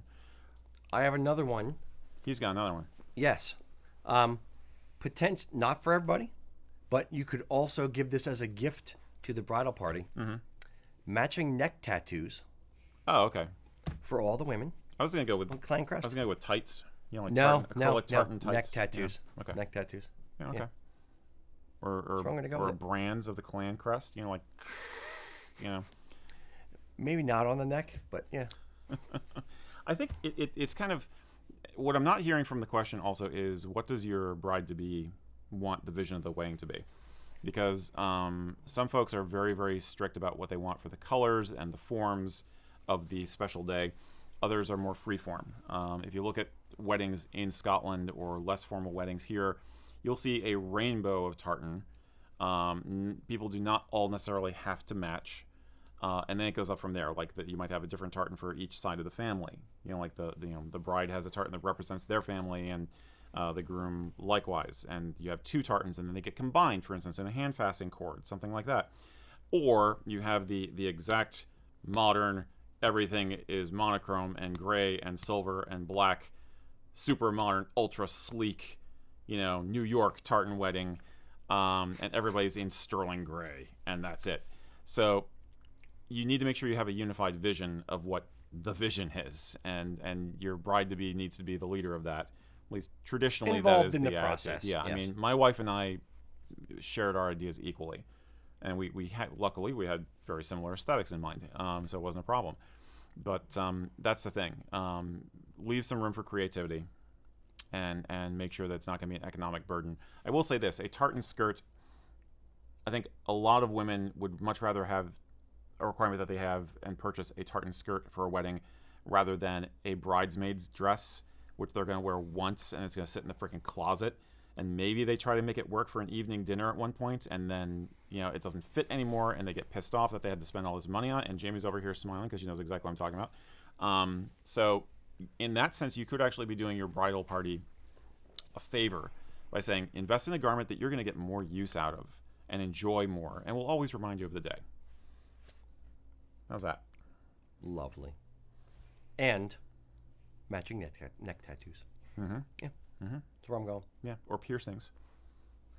Piercings work. Yeah, septum. Yeah. Yeah. Exactly. Septum piercings. It's a Oh, and then great you way can to run a start chain between them for the ceremony. No. Yeah. The minister pierces you at the altar and then puts the chain between them and yanks it down, so you have to force them to kiss. bonk. Exactly. Either kiss or headbutt. It's an br- omen. Brand new ceremony. Yes. Sounds Don't very, do sounds very this. Klingon. Don't listen. All right. Don't do any of that. Enjoy your wedding. Yeah, All good right. luck. Mr. Mack, what do we got next? Well, we've had He's just giving up. we've had a lot of questions today in the What feed. the hell are they doing? Hell are they on? Yeah, that have been questioning of brown and black leather, about mixing them. About is that a do or a don't? Is the what tartans go? Do certain tartans go better with blue or with black or brown leather? So it's Black and blue. So it's the question is. Black and yellow, black and yellow. Wait, I hate the Steelers. Yes. For brown and black leather, should one be in one lane, one be in another lane? Can they cross paths? Gotcha. Sure. That's a classic question which we have not been asked in a while. So Yeah. thank you. There's the American matchy answer, and then there's the Scottish answer, and then there's everything in between. And there's our answer. The American matchy answer is leathers should match. Period. End of. So if you're wearing a black sporran, you should also have a black belt and black shoes. Don't ever mix leathers. The Scottish answer is, it's fine. So they would mix leather colors. You wouldn't have to necessarily have a black belt. A black belt and a brown sporran would be okay together. And keep in mind with brown, there's tan, there's chocolate brown, there's dark chocolate brown, there's all kinds of different levels of brown. Yeah, there's ox blood, there's everything in between. So it gets a bit tricky. What we did way back when was we started introducing things, sporrans and belts or whatever, that had brown and black mixed together. So that way, if you wanted to wear a brown sporran or a black belt or a brown belt with a particular sporran, like something like this, that has brown and black laser etching, you can kind of mix it, and it doesn't look as odd. Or if you wanted to wear brown shoes and a black belt, wear a sporran like this, and you kind of split the difference. Yeah. So again, it's as creative or non-creative as you want to be. It's how comfortable are you as a matchy individual versus a throw it on and see what happens kind of individual. And I would caution a little bit the throw it on and see what happens. There are some people who can just make things work and things work for them, and they know how to put an outfit together, and others that know less how to put an outfit together. I'll try to say it politely. So yeah, your mileage may vary. I think we've said this before in the past. If you really have no idea, ask a couple people's opinions. Go up to the Kilts and Culture Facebook group and say, "Hey guys, here's a picture of me in this shirt, this belt, this sporran, these shoes. Do you guys think it works or not? You're not going to hurt my feelings. Please tell me the truth. Give me a scale of 1 to 10. And people, don't yell at people for saying they don't like it. It's okay. I want real feedback." And ask for real feedback. If you're not sure and you want to check it for yourself and you kind of want to live with the idea, take a picture of it and put it as your homepage on your phone for a week, and just keep looking at it every time you open your phone. And what's your gut reaction? Is it good, or after 3 days do you go, what the heck was I thinking? And then you just say, nope, okay, I'm not going to do that. So there's different ways to kind of hack at it to see if you like an outfit or you think and you feel it works over time. Yeah, I can't really improve on that answer. I mean, I can usually improve on your answers now. No, I think if you're not sure, stick with black is another thing, especially if you're doing most of your purchasing online. It can be tricky. As good as we try to make photography on our website, your computer might be different. A different seller or a seller on a mixed site like Amazon or someplace is going to have different manufacturers. Yeah, you don't know what the level of you don't always know exactly what you're seeing, and I think browns are incredibly tricky, ridiculously so. I would veer towards darker browns whenever possible, and I do think the two-tone thing is a very good way to go. It's worked really well, and obviously the more casual you're being about this stuff, the less of a concern it is. Yeah. You're not going to be wearing brown for anything that's after 6, in my opinion. Anyway, generally, yeah. Generally, yeah. So yeah, I think, yeah, I would almost rather, like, if you really want some brown in an outfit, go with a black leather but a brown fur or something like that, or a brown pelt on like a hunting sporran. You know what I mean? Play with it that way. And you kind of you hit the nail on the head. Brown leathers, trying to match brown leathers from different manufacturers, Oh, it's evil. is a friggin' nightmare. We literally and the number of companies that do brown ghillie brogues that we like was one. So I sent a pair of brown ghillie brogues to our sporran manufacturer and said, "Hey, Greg, I need you to match this brown." And he sent me a couple different samples of colors, and none of them were close enough for me. So I said, he basically said, "Okay, well we can dye brown to match." And I said, "Okay, great, fine, do that." So we have brown belts and brown sporran tan, I should say tan, to match the shoes, because anything else was just not a good enough match for people who would be matchy about it. Yeah. But if you buy your shoes from this company on Amazon, and you buy your sporran from that kilt maker, and you buy your belt from that guy over there at the Ren Fair, it's not necessarily going to be a good match. And as someone who is anal retentive about many things in my life, I am telling you, it's difficult to do, and we try our best to get it as close as possible. For the record, don't buy stuff at the Ren Fair. Yeah, No, because there are Well, good okay, you artisanal can. workers at the Ren Fair. I've There been are craftspeople. burned. I know people have been burned. There are a lot Yeah, of leather just- workers at Ren Fair. There You're are right. jewelry You're right. companies there are at some Ren Fair. gorgeous sporran makers out Yes. there. You're absolutely right. It's- But again, you are at least seeing it in person again. Yes, but what I don't buy the cheap stuff. It's generally, if it's cheap, there's a reason it's cheap. Yeah. Yeah. I would say I'll give another possible hack is, if you're thinking about shoes versus sporran, you're gonna be better off if the shoes are a darker color than the sporran, as opposed to the reverse. Like I'm looking in the monitor, and I'm looking at our targe back here, and I can imagine like shoes in that dark brown and a sporran in the mixed browns of the decorations. That could actually look pretty freaking awesome. So there are ways to play with it, and I think that brown will improve with weathering. The longer you have it, and the more you get, body oils into it and stuff like that, the more it's going to look good. Or intentionally try to weather it a little bit to darken it could help with the process. Yep. I tend to prefer the redder or darker browns than the tan. I think they're more forgiving. So, personally, Ish. like, no offense, but I've never really liked that color very much. That particular tan. Yeah. Oh, Sorry. the vapors. Yeah. No, it's fine. That's a nice color. Understood, but like when it comes to like oxblood or like the Love the oxblood. red, see, I can't stand it. Gotta If love I'm gonna do red, I'm gonna do red. I'm not gonna do plum. I'm not gonna do purple. I'm gonna do purple Fight. leather. I'm gonna do freaking cherry red. If I'm gonna do docks, or I'm gonna do a tannish brown. I You think wear like cherry red docks? that was my first pair of Doc Martens. Really? This pair of cherry red docks. That's 8 cool. holes. Yep. Nice. Nice. But but then I started calling them oxblood, and I'm realizing no, oxblood is a different color.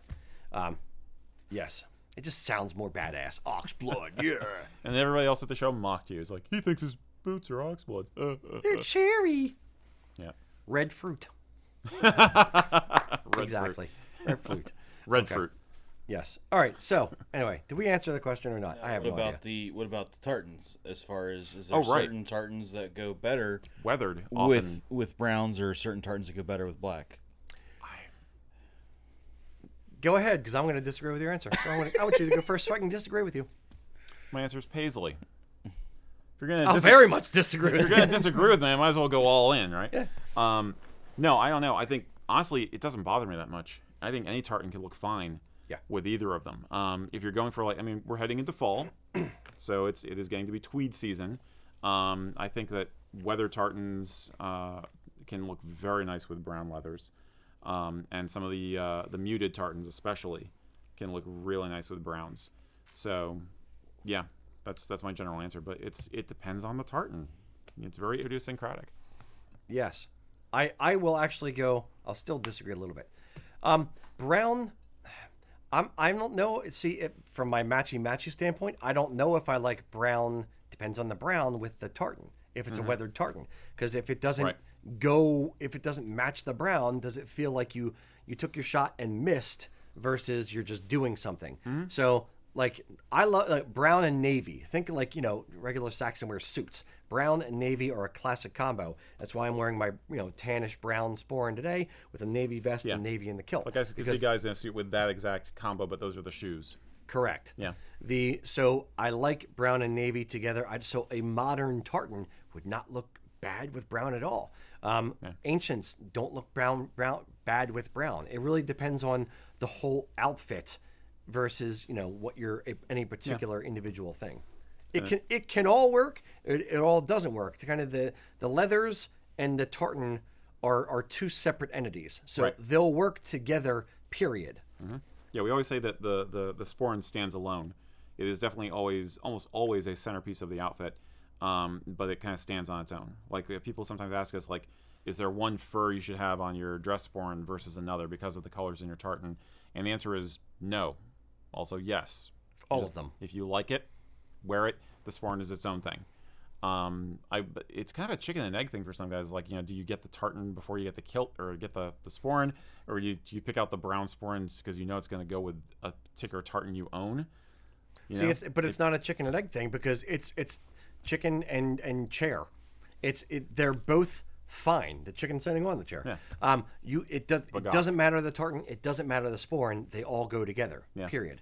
To your point, some people do say, like, oh, I was going to get this sporran, but it's for a dress, as a dress sporran, but it's brown fur, and you really shouldn't wear brown for formal. Well, the sporran doesn't matter. It's fur. It's freaking fancy, dude. Don't worry about it. Yeah. It doesn't have to be black musquash. You can wear a brown fox sporran. You can wear a brown musquash. You can wear a brown rabbit. Yeah. It's all fine. Yep. Yes. All that. There you go. And a bag of chips. Oh, Was that you or Mac? No, I'm hungry.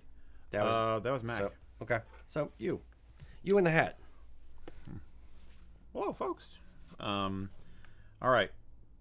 Totally different area of speculation now. Jared Bruce asked us, what is the best brand or variety of Scotch whiskey to give as a gift to someone who is not an experienced whiskey taster? How about for an enthusiastic but novice taster? What whiskey is a good gift for your boss? Basically, Or for me. You can give me whiskey too. It's a very good question. Yeah. Yeah. How do you introduce people to Scotch without them going, ah?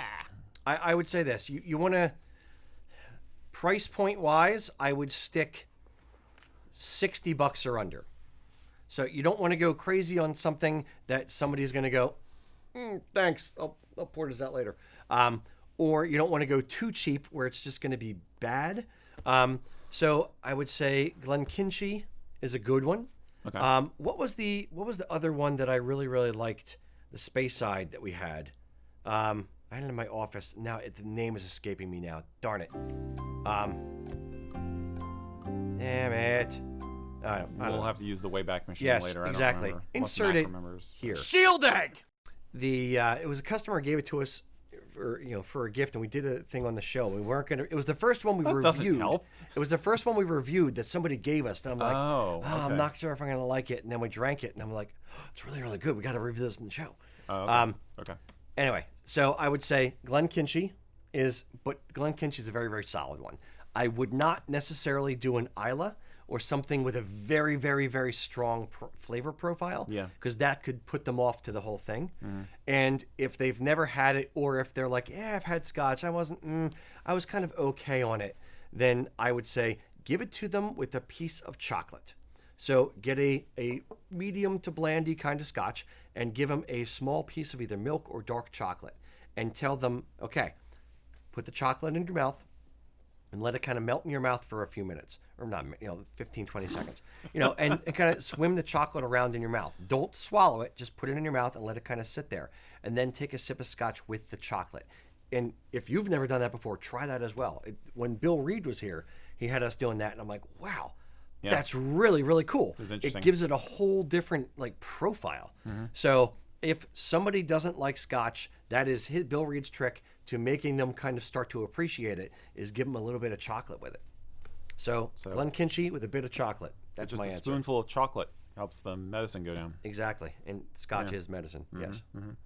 Yeah, it makes sense. I would argue that you could just, if you're making an evening of it, have like 3.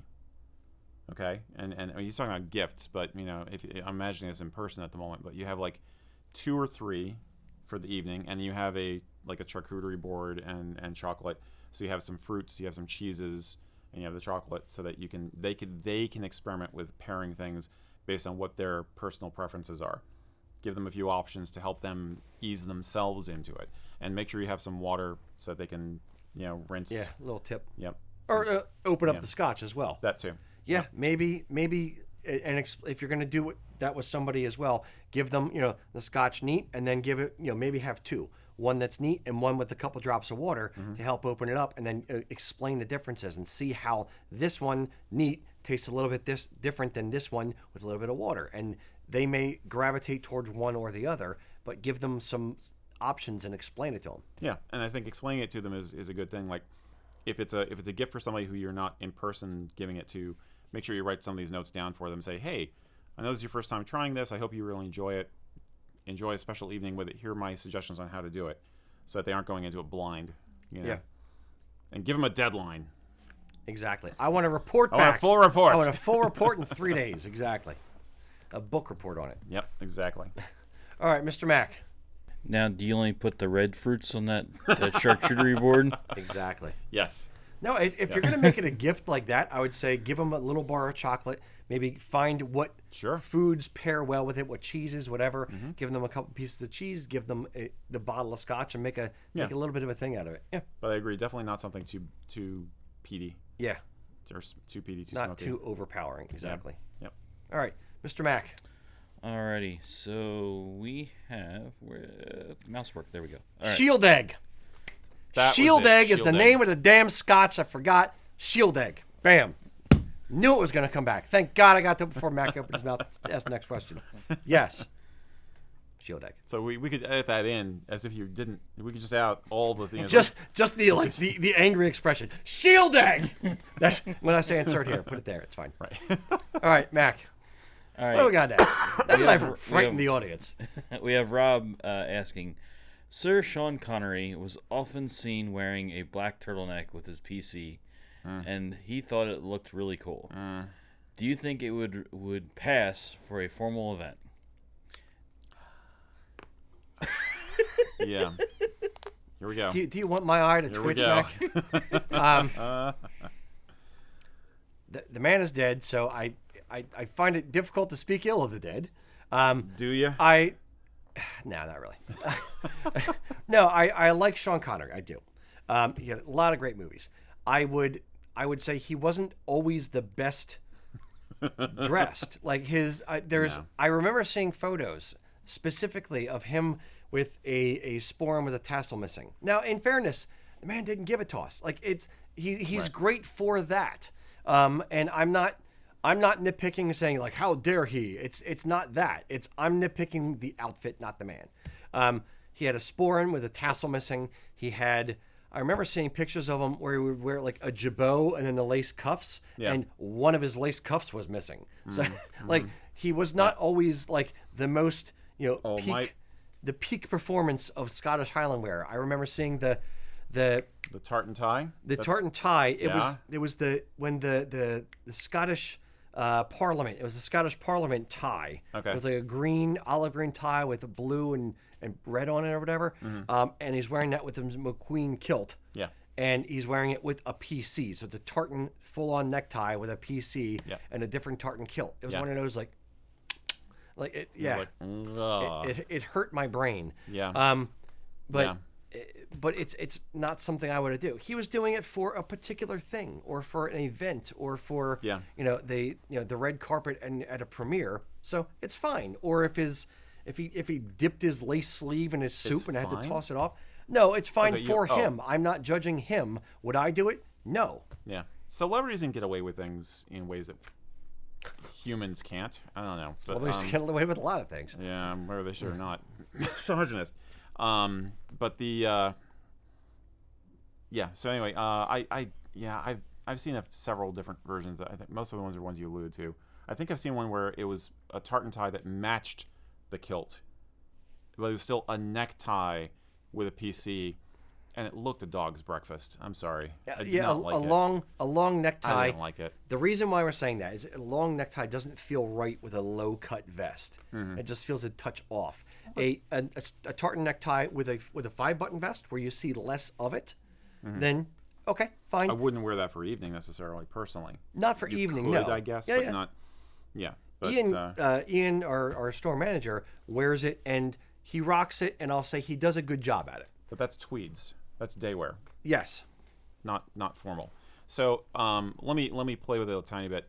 I will say, yeah, no, you don't wear a turtleneck for freaking formal or semi-formal occasion. Come on, it's not like 1972, all right? Right on. That said, I do think now I have worn turtlenecks on a regular basis, especially when I worked downstairs In the warehouse. in the warehouse in the winter. A turtleneck with a plain jacket, like a tweed jacket or a tweed vest, or an unadorned argyle cut jacket, like or the Wallace cut. So basically, 1 button all the way up to 3 button jacket, herringbone or a Barathea cloth. Not Black, fancy. yeah. Black is great.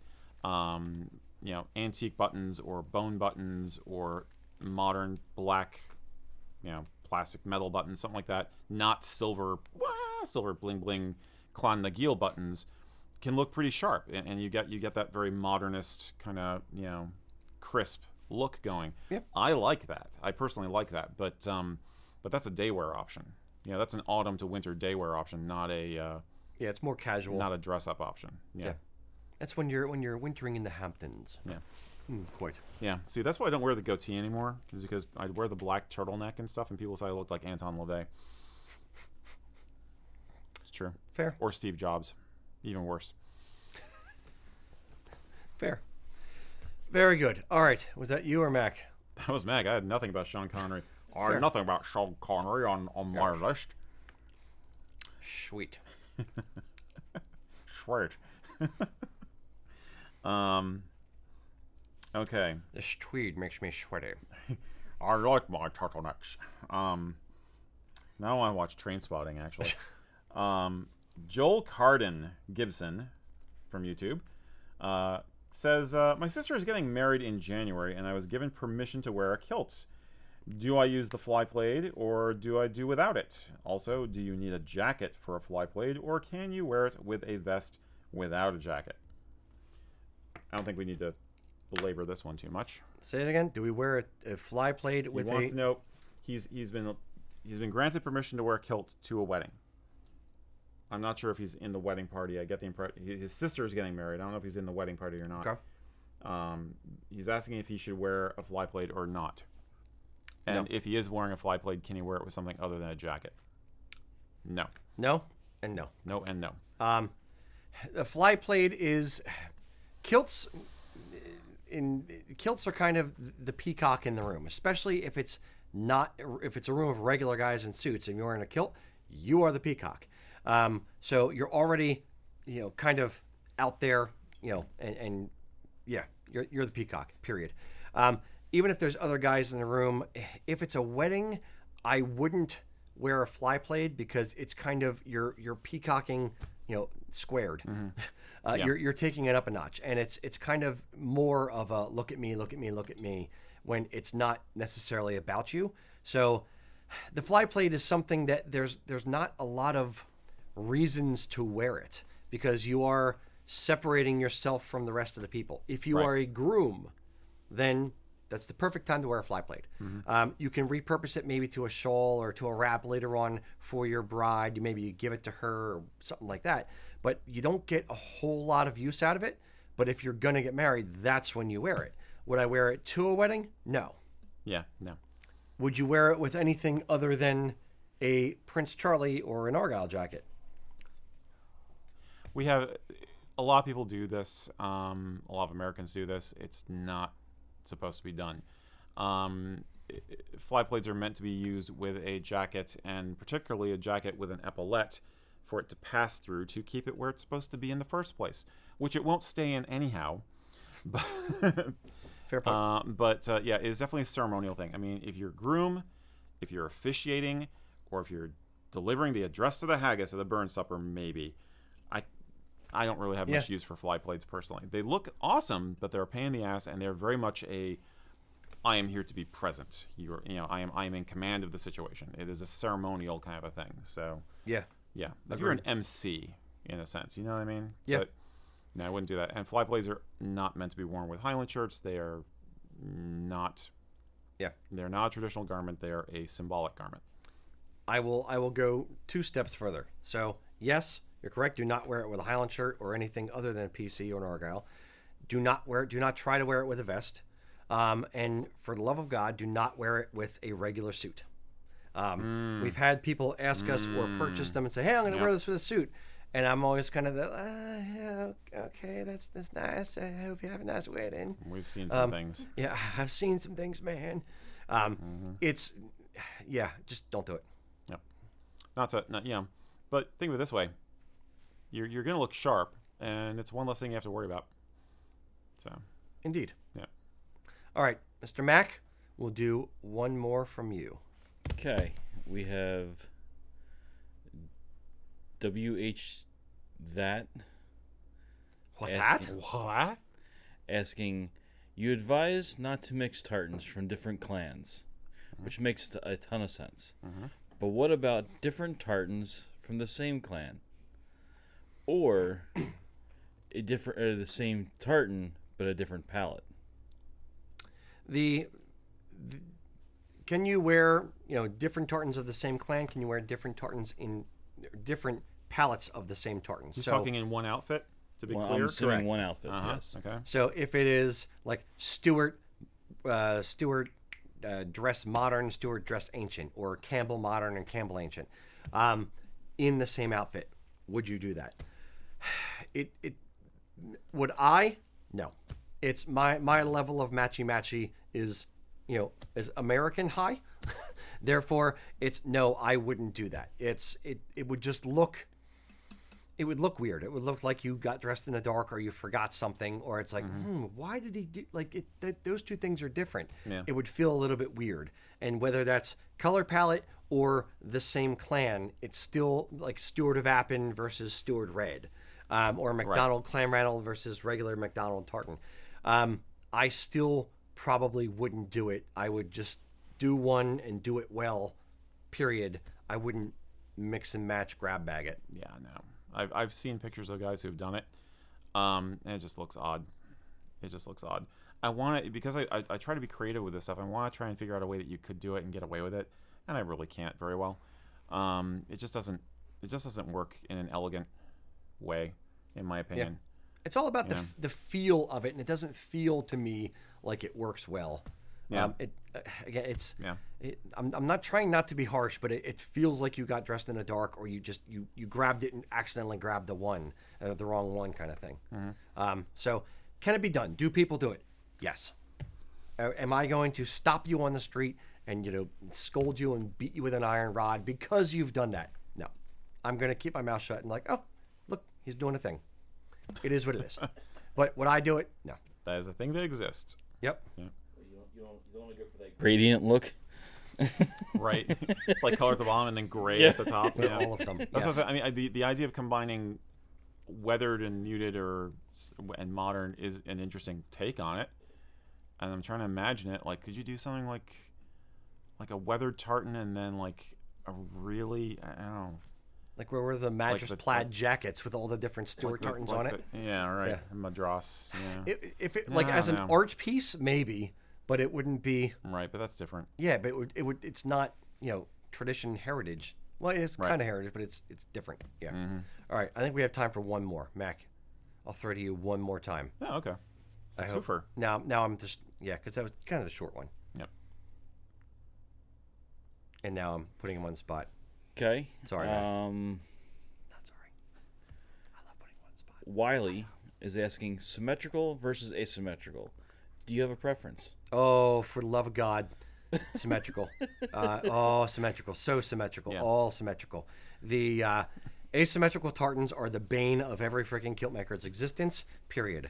It is the bane of the people who have to order the cloth and remember that this one happens to be a non-matching tartan. Asymmetrical, let me give you a brief, easy to visualize definition. Here we go. If you have a tartan pattern, let's say this tartan pattern, the American Dream tartan, available now. If you have a tartan here, and you put a mirror right on that yellow line right there, and you look this direction or that direction, it is the exact same thing. If you have an asymmetrical tartan, also known as a non-matching tartan, and you put a mirror on the line, it's not the same on both sides of it. So what ends up happening is when you make a kilt, you have to either use single length cloth or you can't splice it together. You have to use single length cloth unless you want to hem the bottom of the kilt. So no, asymmetricals should be outlawed from tartan existence. Yeah. Sorry, Buchanan. Well, also, I'll go further. You're the new outlaw clan. Yes, but centering a line on the front apron, like Buchanan, is a freaking nightmare because you have like that white stripe and then you have like a yellow section, the white stripe and the red, and then the yellow section. So both of those kind of jump out. So what do you center? If you center the white stripe, then it looks lopsided because there's yellow to one side. If you center the yellow, then the white stripe's on the other side. If you center between them, it just looks like you missed. So it's nope. It's okay. It's all right. No, it's not. I okay. need my emotional support acts. That's, Oh, Piper Alley. indeed. Yes. A little nod. Little nod to Piper Alley. All right. Thank you, boys and girls. Now, question of the day. We want to actually know. Give us your honest opinion on the new American Dream tartan. For those who are joined our show late, this is the tartan that Eric and I are wearing today. It is called the American Dream tartan. We want to know, what are your thoughts on this? Did we knock it out of the park? Is it a bunt? Is it a foul ball? Is it a pop fly that caught in the infield? Tell us your honest opinion on it. What do you think? Until next time, boys and girls. Sanjava. All right. Done. That was easy. Yep. Aren't you glad I had a joke ready for once? Yeah. Look at you. Finally figuring out the pattern of the show.